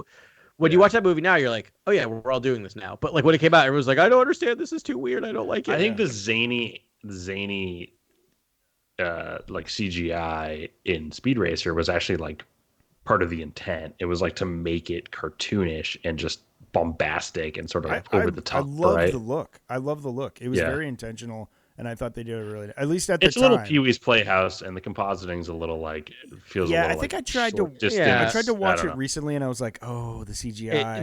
The scenes Yeah. are showing. Back in the day, like when I Yeah. wasn't thinking about that, I was totally like, that's my superpower is Sure. plausible deniability. Or What was their other one? suspension of Jupiter Ascending. Ascending. I never watched that. It is. It's on right it now is- on Netflix or something. I think it just got. It's picked worth up. watching. Just know they're going for space opera. Like, it is a space opera, and like it's a weird thing where people are like, "Is this I like weird?" space And I'm operas. like, "It's very space opera." I know. And like Yeah. That's why Eddie we're here. Redmayne. Eddie, Yeah, Adam, I was going to talk about Eddie Redmayne. Okay, That's Eddie hilarious. Redmayne, who I will not do live, but I make fun of his singing. Incredible and Les actor. Mis all the time. Incredible If you want to hear Kermit the Frog sing, listen to Eddie Redmayne in Les Mis. Sorry, it drives me nuts. I'm so happy you win it on that. I couldn't do it. I couldn't help myself. I do it all the time. great. But he is the person most dialed in that movie where he's like, oh no, I get God. this movie.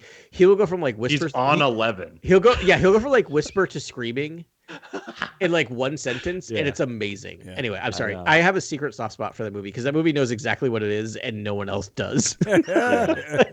You guys often hear me argue that I would like some more earnest sort of Star Wars operatic, sci-fi films, and I feel like we're 5 earnest films too early for a lot of these postmodern deconstructionist takes on Star Wars, which I love. I think they're incredible, but those are a little further down the line.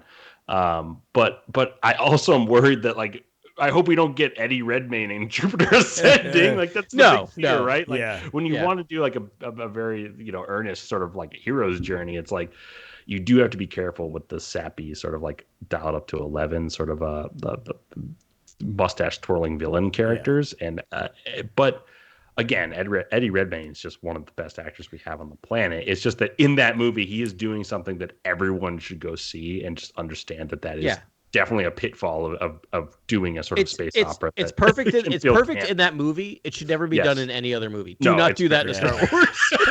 It's very its own thing. Yeah, that's what I've been thinking, man, lately is just like, dude, we're super lucky that, not lucky, I mean, it is a tribute to Kathleen Kennedy, first and foremost, that these Star Wars shows have all been good donations to the Star Wars. Like, it could have like, people have their complaints, and some of them very valid about whatever, show, whatever. But that's because we're in an age of complaining. Yeah, Everyone exactly. complains But I mean, about like, everything. It's a dude, if terrible, you've seen Rebel Moon, like we could have gotten a Rebel Moon. Like that might turn me off of Star Wars. Like if we had gotten like the Rebel Moon as like one of our movies. That's You why know what I Kathleen mean? Kennedy was like, no. Like, I was going to swear, but I just feel like she was like, yeah, no, like, no. Yeah, like, but I mean, that's the thing. It's like we need her on those walls. It's like, I mean, hopefully there'll be someone else, and they're she's the kind of perfect leader that's training from within and has like a legacy, thing that's going to be going on, just like Lucas had with her.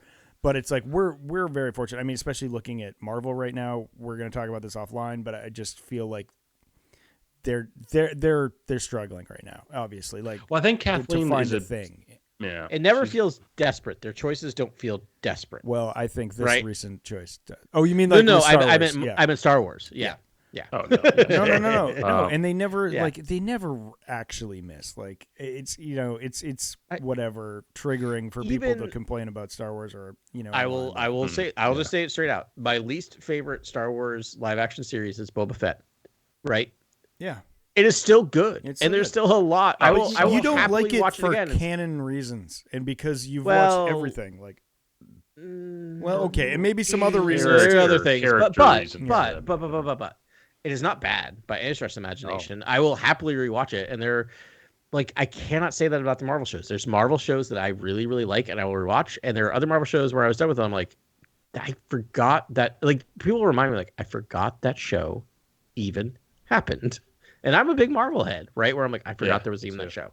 I love Marvel Comics and I love Star Wars, and I just want these projects to be good. But I have far more faith in Kathleen Kennedy, given that she has just so many years of experience as a producer. And so when someone comes in, a creative who we all know, who's just admired and has made incredible work, like pitches a project to her, I imagine that she puts on her producer cap and she says, this is all going to cost this much. And I am also an idea smith on the level of Steven Spielberg, having worked with him for so long.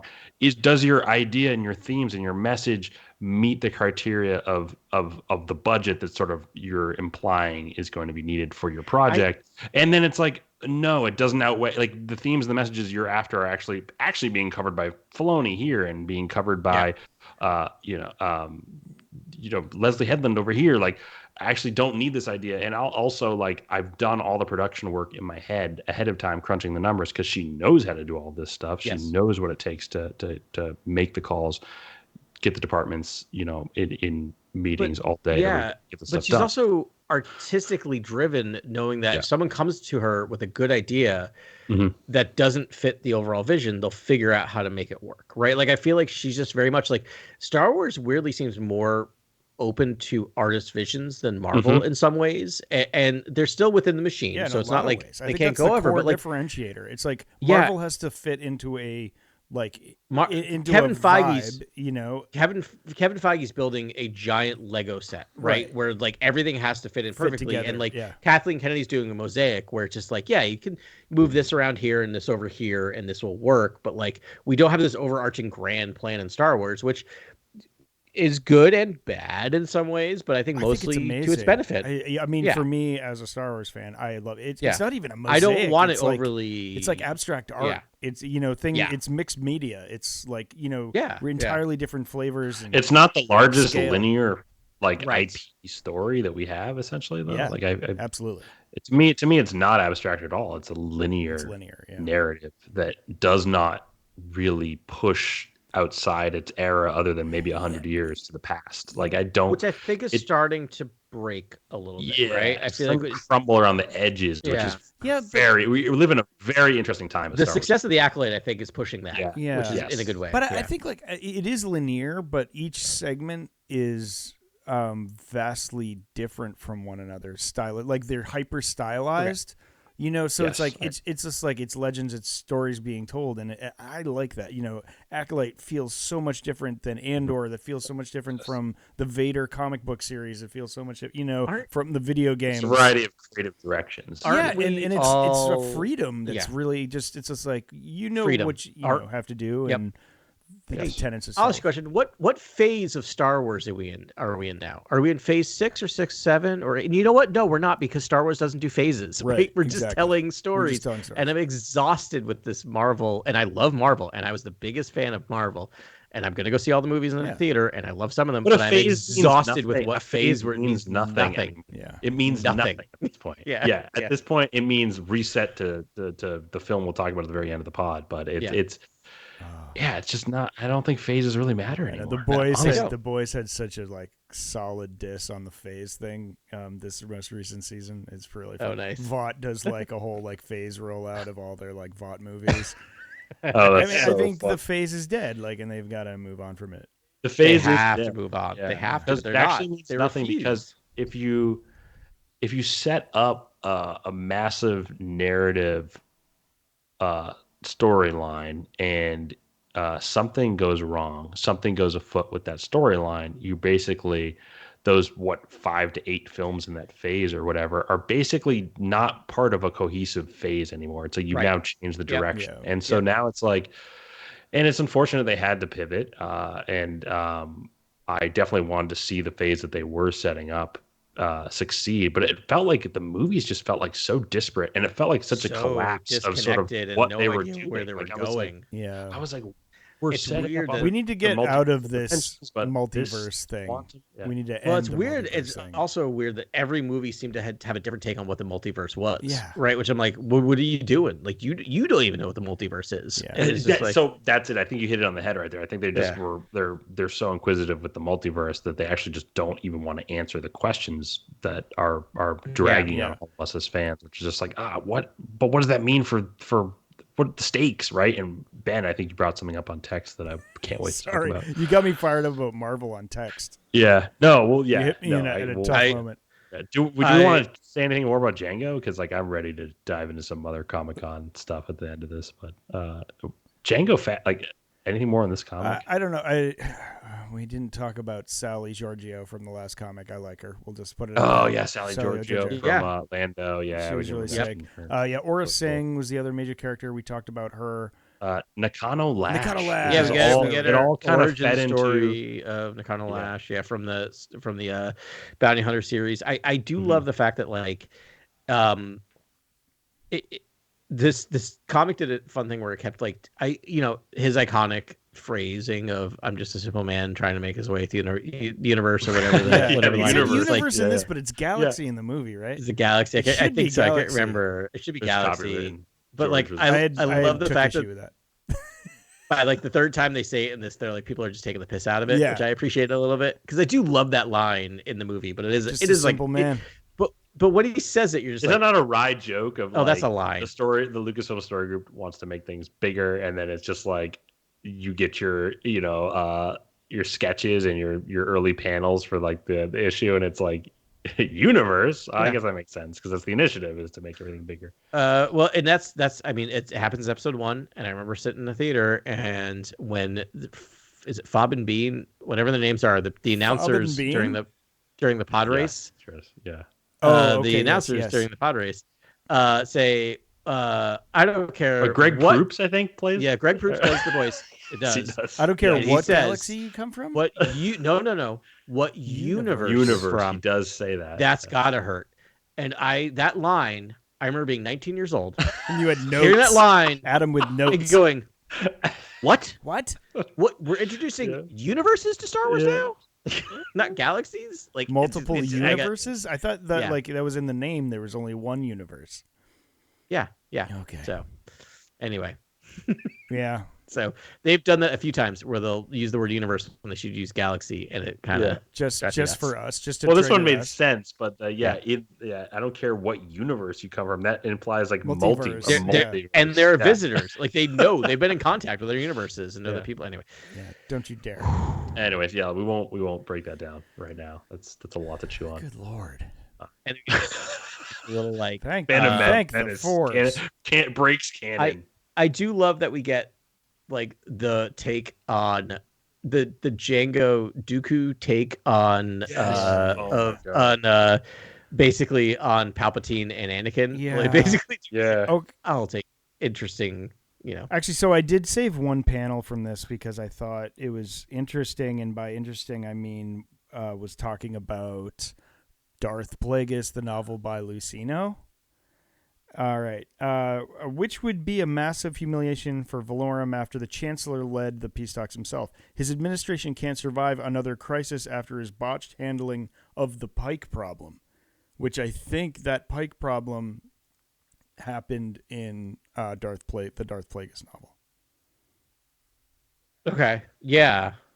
Okay. I think because this is all like I buy it. This Did that happen? there was Maybe, like I a don't know. long series of character assassination for Chancellor Valorum.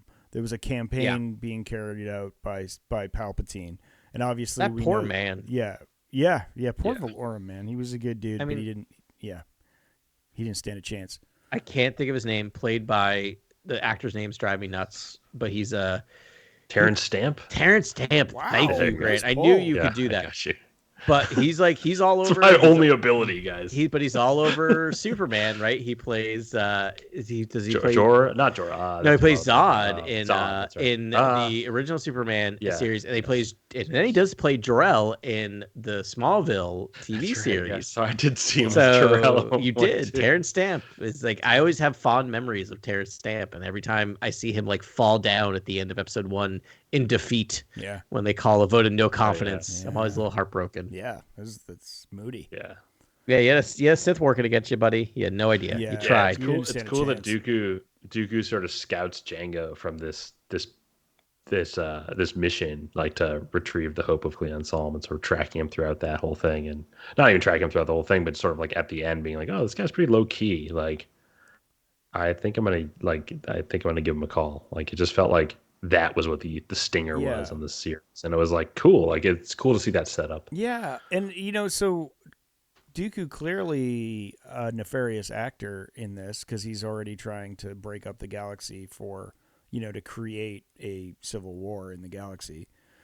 Yeah. But it was a man named Tyrannus from one of the moons of Bogdan or whatever. Right. That line is so and they good. teased the whole him having a kid and stuff too. But I did anyone else check out Dooku's lightsaber to try to see where? Yeah, it was already sithed out. It was already like I don't think so. I think it was still Jedi. Really? Yeah.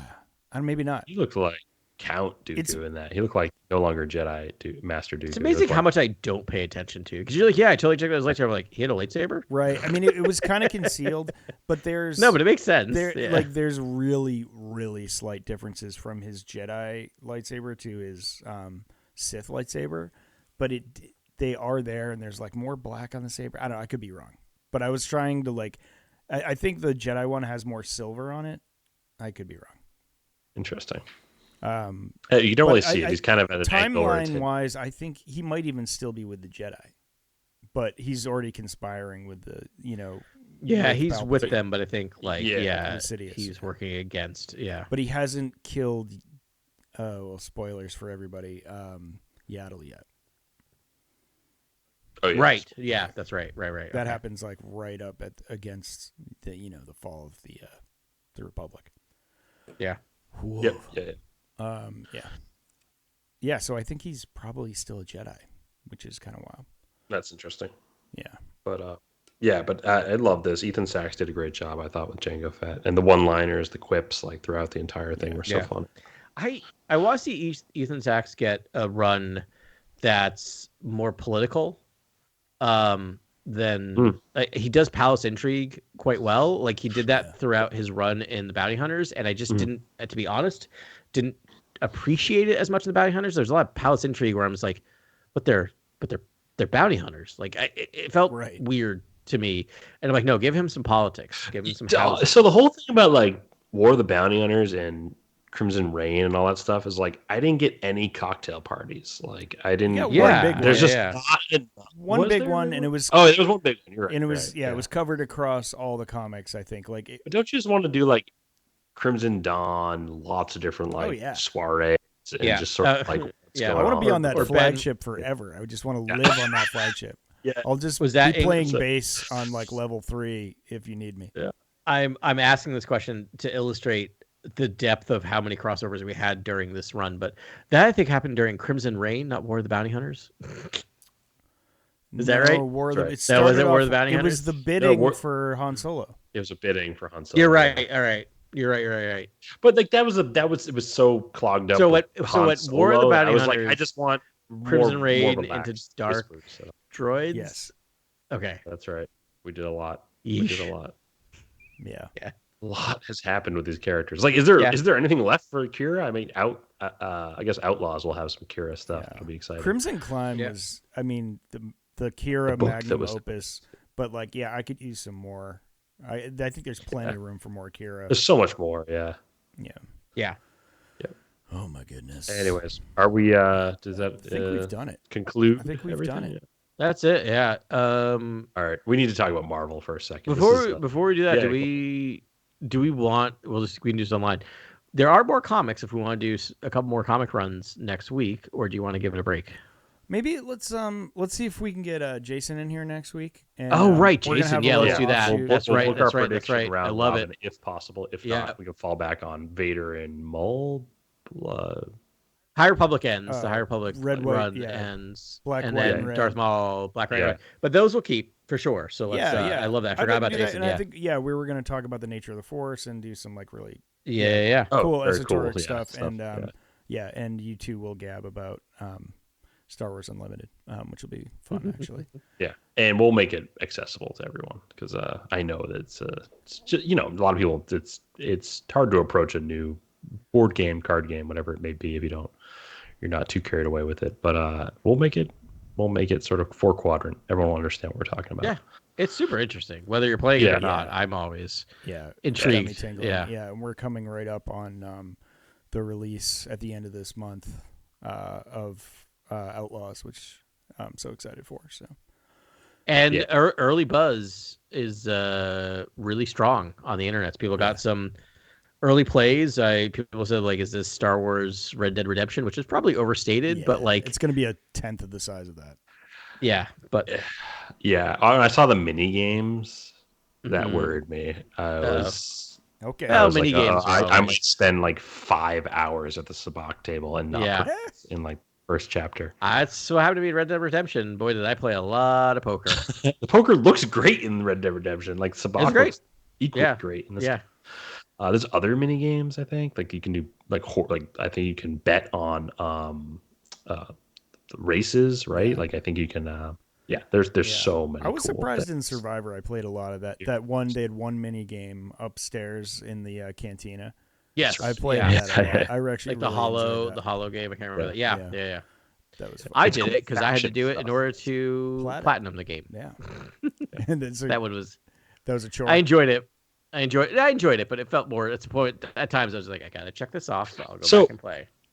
So when you get to I have lots of questions about Outlaws, but one, like, there's some core details that I'm interested with. It's just like, I know that your reputation with factions can go up and down, right? Like you can have a bad relationship with a specific faction, and then is it like Survivor or Fallen Order, where like the faction's henchmen sort of attack you out of nowhere, like the Halcyon Brood? I wonder, or like Red Dead or Assassin's Creed, right? Like, I'm guessing that you. And if you have a really bad relationship with the Empire, like, is your life terrible? Cutscene to like, no, I mean, does like Imperial Shuttle Land and Vader like come just attack you, like as level 5 wanted level, like, like I want to know. I hope so. I want to be like Praetorian Guards and like I want the wanted level to like sort of like be fully realized in this game, where it's like, if you mess around too much with a specific faction, Dryden or Kira's coming for you, or like whoever's like Bosk. If it's Jabba, it's like Bosk rolls up on you, or like, I don't know. It's like you kind of want like these big, scary characters to come in and almost be unbeatable if you're like if you anyone too angry. I doubt this is in the game. That would be so fun, though. Just like I was dreaming about this the other night. I was like, oh man, like I would love if you I think you just gave me my like first playthrough like thing I'm gonna do. I'm just piss off the Empire and like try and be like an underground hero. Of course. And like that's it. Oh yeah. I'm definitely doing the. I tend to white hat first. Same. Too. Yeah. And then well, except for Red Dead, where I was like a full-on villain, because I almost felt like there was almost no way out of like the villainous cowboy lifestyle. I started playing that game a little bit again lately. I jumped back off of it, but I was like, I have to platinum it. I'm like, I read some of the things I do to platinum. I'm like, I'm not doing that. But I started playing the game. I'm like, it's so hard not to shoot up an entire town in that game. Like if you run too fast, someone like you bump into someone. And then I'm like, well, now I got to kill everyone. Like, it's really hard to. You just have to tull that town at him. Yes. Yeah. Just Tully. Yes. So Oh, there's God, no Dark chance they're Tower. gonna do Dark Tower's coming. Tull when they do a Dark Tower series, right? You I can't do that. I think they're gonna. I hope so. Because I think you have to. if you watch season 2 of Wheel of Time, which is also an Amazon series, right? yeah. Great. Like they do. It's really good. They play the hits. They play it. the hits, dude. They up it Amazon in plays that second season. Yeah. They did stuff because like the first season felt like a little tweeny. Yeah. Do you know what I mean? Like a little Twilight. like young adult, like a little young adult. And then season 2, I'm like, oh no, they're actually going there. And similarly, like watching Fallout, another Amazon show, Killer. So good. like they will. I'm like, no, they're doing stuff in that show that I was not expecting to do. Yeah. So I hope so. That's my kind of test. Is if you do Dark Tower, you got to do Tull. I mean, it's I a feel like formative it was like moment. the first third of the book was Tull. Like It is. Yeah. It is. Yeah. It's a formative moment in Ronald's the Western town. Yeah. Right. Okay. Anyway. We've touched all the media tonight. Everything. Yeah. All the media. Can we talk about the biggest news from Comic-Con? Do you want to do that? Do you want to like let everyone know? We can do just like a little addendum and say if you're here just for Star Wars, an hour and leave now. 46 minutes into a podcast, you want to start? It will take 5 minutes. I promise you. Okay, you guys start. I'll be right back. All right. Yeah, that's fine.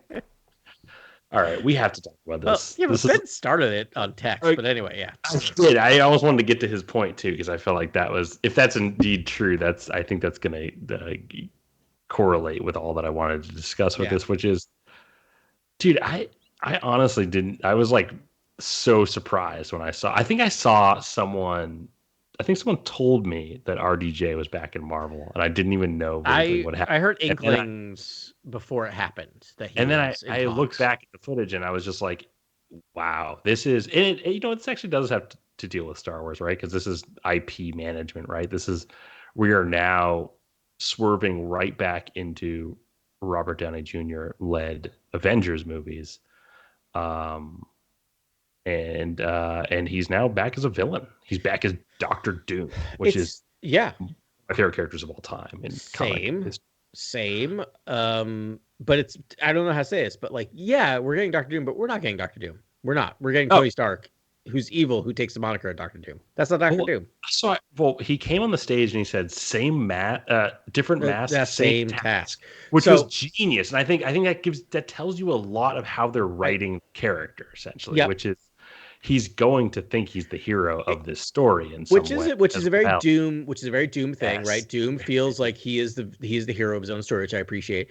I don't necessarily hate him becoming a villain, because my whole theory is like, basically thinking back to like Age of Ultron, right? I feel like Tony Stark turns into Doom in a universe where he doesn't have Steve Rogers.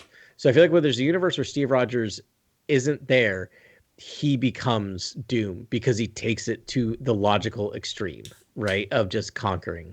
So that's my theory. That's a great alternate universe, non-Steve Rogers universe where Tony Stark becomes Doom.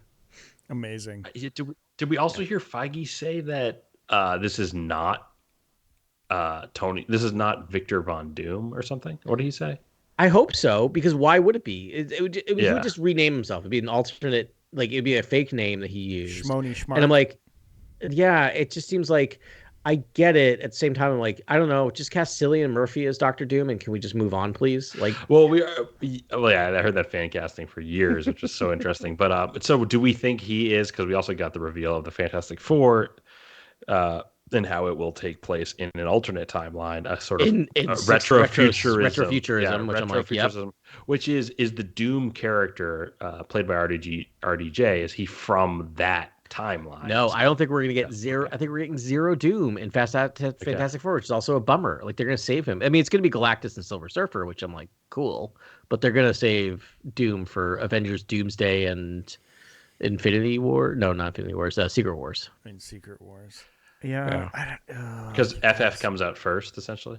Fantastic Four comes out in like a year and change. It's wild. I think, to me, the Doom. I think Ben, you sent us a fun text that I think you said someone sort of some creative said that multiversal storytelling is multiversal. Do you want me to name? I know who the. Are you avoiding using the Content guy's name? we can just avoid Okay. it. And then multiversal content. It's just because the question's interesting. Multiversal content is the death of storytelling. Something to that effect, right? Something like that. And that's taken completely out of context. And but it wasn't in reference to this. But I agree. Yeah. But it wasn't in reference to this. But Marvel has been moving in this direction of the multiverse for a long time playing now, with and it. I imagine they need to at least eventually either establish what I think that question or that criticism points out, which is stakes. I think they need to establish stakes, what that is, and they need to close the door on it and sort of allow more simplified sort of just superhero stories to take place outside of sort of that mechanic or that device, right? Yeah. And so I think it's good that Marvel's using the multiverse. Just to like, I think like only Marvel can do that. It makes sense because it's in the comics. It's part of the comics, but you need It's to a figure out phase. how to do it. However, it is a a phase, phase. and you begin and end it usually. And I gotta think Doomsday is going to do something with this, especially with RDJ coming back to play. Like, it's not a coincidence they hired Robert Downey Jr. and they're playing with the multiverse at the same time, and he's playing a different character. Yeah. In a different possible universe or something like that. So like, to me, that's going to coalesce with all the multiversal storytelling that's happening. And I think this actually just signifies that we're probably going to get a dark dimension, or we're going to get some classic mystic Doom sort of stuff that is revealed. I hope so. I hope we start playing around with the magic stuff with him. And I mean, it's there. You got Stephen Strange, right? So you've got Doctor Strange. You got all that stuff. The thing is that the big trick and secret of superhero comics is that we're always perpetually stuck in the second act. That comics have been in the second act for 50 years. There's no third act in comics. Money, though. That's right. Which makes sense. The IP, but you can do that in comics. And what we're seeing in Marvel is it's starting to collapse. Right? Because everyone thought we got to the third act. We got to the third act, which was Infinity War and Endgame. Right. And then you do the thing, which every comic book does. It keeps going, and people are like, but I thought that was the end of the story. Oh no, there is no end of the story. Oh God, I'm exhausted. Right. I'll go watch Tornadoes. I'll go watch Twisters. And then when you see, because it has a definitive end. Can I say something? You see a tailspin happen. Yeah, go. All right, I'm just going to chime in with my. First of all, I love how positive you guys are about this. Didn't expect that, and I'm so I don't want to be the negative Nancy here trying to. I'm very positive. Yeah, I think it could work beautifully. I think I'm like in the middle. I think I'm like. I've heard a thought that maybe he never takes the mask off, which I thought was genius. I was like, that is actually. Of course he doesn't, because he gets paid $50 million to sit in his mansion to do voiceover work. Yeah. Anyway. Oh yeah, that would be great. Yeah, he would be like, sure, I can do as many movies as you need. That's why he said yes. But so to me, as like an outsider, this just seemed extremely lazy. This felt like boardroom lowest hanging fruit. Like, all right, we need to rectify everything. Like when he takes off, original Iron Man. Who do we get to play? And it just seems like such a like shark jumping moment to me. But that's fine, and you guys, the world better than I do, so it's good. No, I've heard that criticism, and actually, I agreed with it at the start. But then when I watched the clip of the reveal, and he said, "New mask or different mask, same task." I was like, sorry about that. Different mask, same task. I thought they have a direction and an idea for this character, which actually is in line with how I think of Doom, which is he's a savior. Yes. He is a self-righteous savior in his own belief system, right? So he lives in bad faith that he's the actual leader in the center of the story at all times. He's similar to Thanos in that way, but he's more of a surgeon. Where Thanos was a hammer, right? Like he's a surgeon, right? Like he's doing all these things. But I keep oscillating between both of you, where part of me is just bummed we're not going to get a pure, and I mean pure is just like separate from anything we know before, like a pure Doctor Doom. But at the same time, get that though. But we can talk about that later. I don't like that. Multiverse, so it's have like your cake everything can be retconned. Though. I hate that. That's what I think it robs the whole thing. But it's just like, if you don't like this Mr. Fantastic, there's gonna be another Mr. Fantastic. Don't worry about it. It's like I don't like that as a fan. Like I do not like that. I think it's not. But it also it gives you more it bites. cheapens all the arcs. All the arcs Listen, are cheapened. it gives you more bites at the apple. Yes, it's just blatantly kicking the but- can down the yeah, road. there's less apple. That's great for the future planning and profit. Because they That's don't not have an great for answer the right character. now. And so they're like, I don't However- know, Robert Downey Jr., I guess. But here's the thing: about Robert Downey animated Jr. Marvel? is the biggest thing to Marvel, rightfully Yes, so. he started it all. He is the guy. He's the guy, rightfully so. But here's the thing: you've now given him Doctor Doom. So anytime you replace him with anyone else to play Doctor Doom, it's going to feel lesser, right? So like Doctor Doom to me is now pure Doctor Doom is now off the table. And the only thing we'll have in the MCU that's going to be meaningful is Robert Downey is Tony Stark, Doctor Doom. There's fruitful storytelling that I am excited to see. They could figure it out right down the line. Someone's going to come along and be able to write a it's compelling. it's going to be like an amazing character, like you guys are saying, and all very this cool witchcraft. character. And like, Yes. there's Very, a very lot cool, of yeah. opportunity there. They haven't been able to figure out Fantastic Four yet, but unless the real Doctor Doom kills Tony Stark, Doctor Doom. Maybe that's how Sure. you get to the Well, threat so level. this- I don't know. These but like, movies yeah. are going to put an end to the multiverse, right? Like that's kind of where this is going. I mean, I'm excited for Avenger movies again. Yeah. Like, I'm excited for that. Yeah. Like, Yeah. right? Like, yeah. And by the Russo brothers. We didn't talk about that. Again, but I right? mean, that's The just Russo like, brothers are back. There's just, a bunch of, I have a feeling there's going to be a spitballing and vocoder, billionaires and it's. spitballing in a room. I think RDJ is going to, do a completely different voice than Iron Man and the sort of cynical. Yeah, Yes, he's I have a got feeling range. we're gonna thing. feel- I think he's it's going to gonna do a feel different. completely Yeah, different thing. yeah. There will be a vocoder. He will be wearing a mask. It'll be like Orson Welles doing Unicron in the Transformers movie. Like you're So not he's going not to have that this snappy witticism. No. No. No. All right, good not luck at with all. that, No. man, because that's what he does. Yeah, he will. He will crack jokes. No, Doom will crack. Not Very jokes, dry. but he will Very dry. He will button scenes a lot of the time with Yep. just the most perfect apropos thing to say ever. Like he will do it, and it will be perfect. But it's like it's not going to be in the same flavor as Iron Man. Being I would cynical. expect him. Yeah. I would expect him to be closer to the character he played in Oppenheimer than he did than Tony Stark Yeah. from maybe Avengers. he's looking to have some more Levi range. Strauss. Yeah, I was gonna Strauss, drop thank you. that. I could not think of like the real person. No, I was Yeah. trying to think of that as well because I was like, The he's real going to do human. something like totally different. Like you just saw him in Oppenheimer doing. But I do love that Robert Downey Jr. is just like, okay, so I stepped away from Marvel movies to prove I'm an actor. I won my Oscar.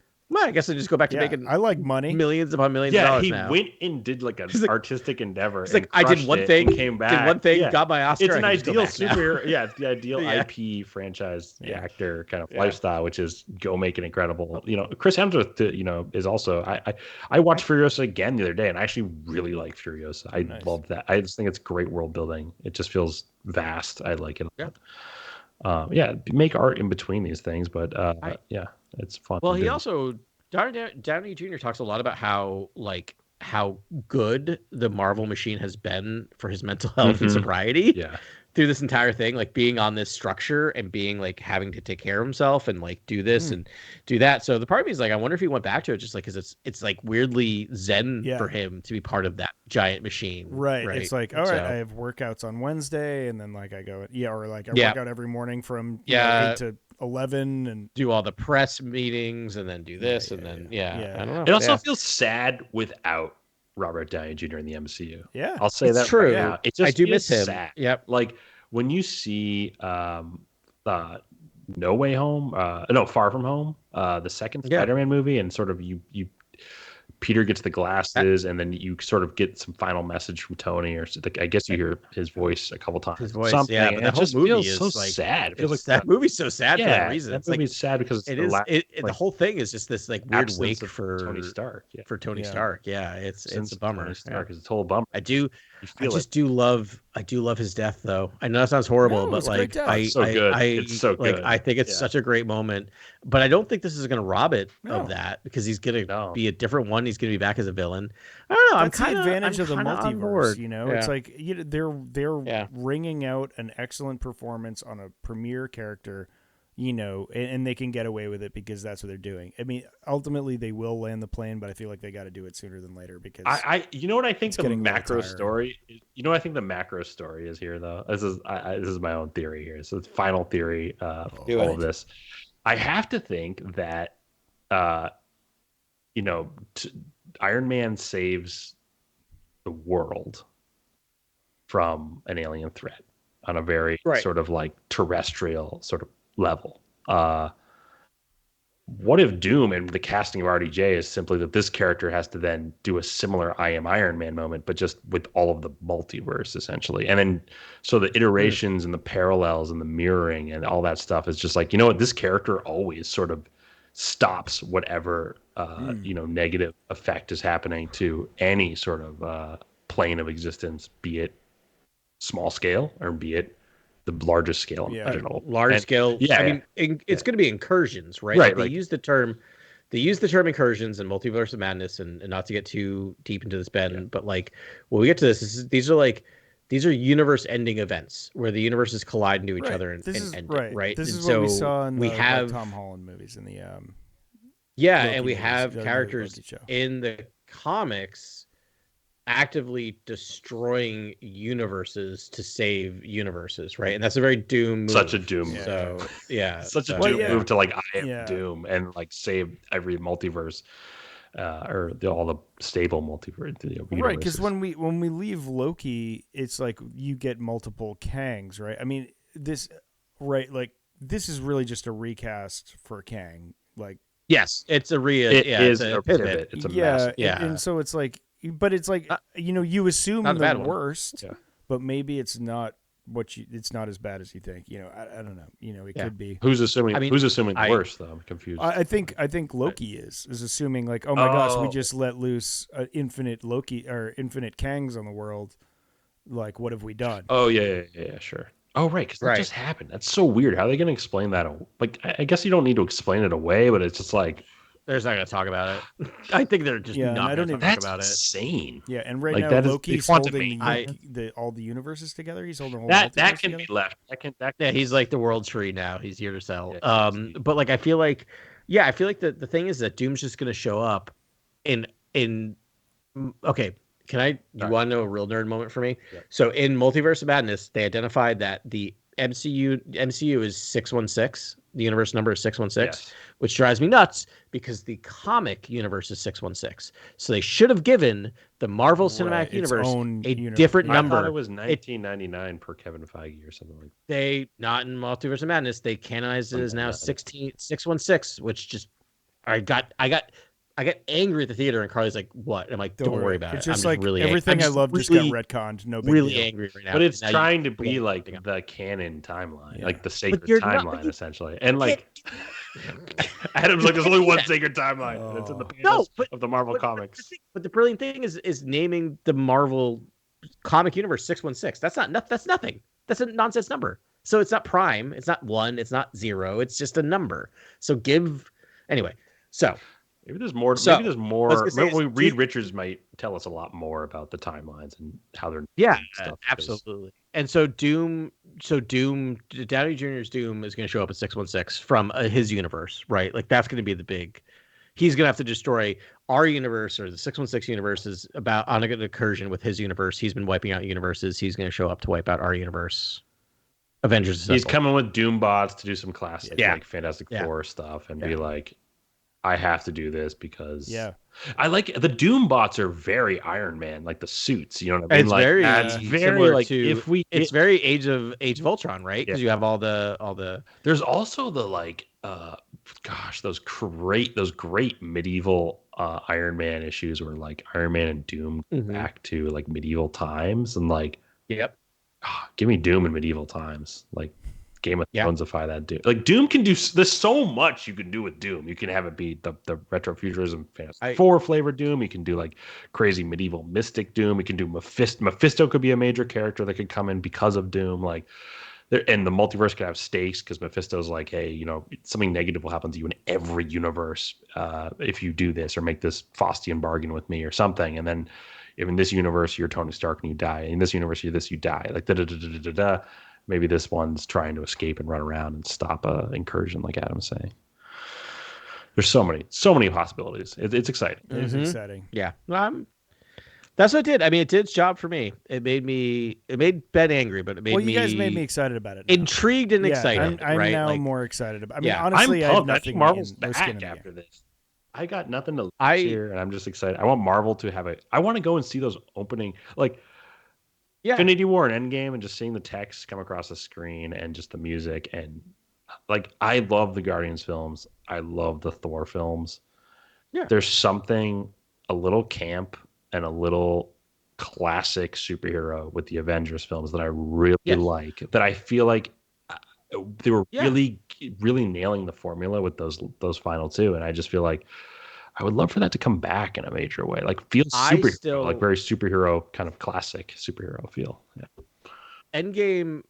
I still think Endgame should have been nominated for Best Picture that year. I don't think it should have won, but I think it should have been nominated for what it did and what it was able to accomplish. I think it was like Now we have 10 a Best Picture. popular. I think it was like the best But popular movie of that. it was, but things like Return of the King got nominated and Star Wars films got nominated in the past, where I just feel like this thing did a job that was amazing. And that film, I will always talk about Endgame being you did over 3 hours and it does not feel like 3 hours because it is 3 1 hour movies. That movie is 3 1 hour movies that are kind of perfect. Like you have So good. you have the revenge on Thanos, then you have time heist, then you have giant battle, and it's like it is the clearest cutting in 3 acts in a film that makes it, because they're three literally one, you almost time it. It almost switches exactly every hour to a new film. And that's why it just goes. That movie's kind of perfect. Marvel has sort of like good. patented their aesthetic. It's like there's the mono aesthetic, but it is a clean aesthetic. You know? And so I like a good clean movie. I always enjoy watching all, and I'll watch all these too. But yeah, we'll see. I mean, it's good. It's RDJ. You can't miss, right?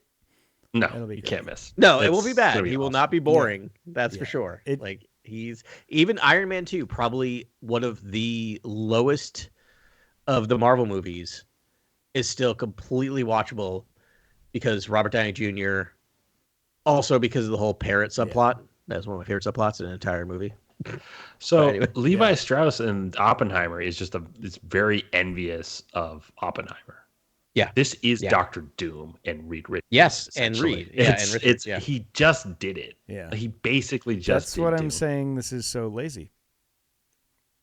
But okay, cool. But yeah, it won't sound like Tony. It'll sound like Levi Strauss. Yeah. You know, or like he'll do a good job with it. It's more it's the producing on it that I'm just like, guys, okay. Yeah, you're doing what I do, which is you're looking behind. Yeah, it's way above, right? And you're seeing the level, and it's just like, I don't know, we're just rich guys. But you're seeing it. You're seeing it, and it's like, it'll work, and you'll make your money. But it's like a lot of people under you have to work really hard to make this into an actual thing that's valuable. And I don't know, it just seems kind of ham-fisted to me.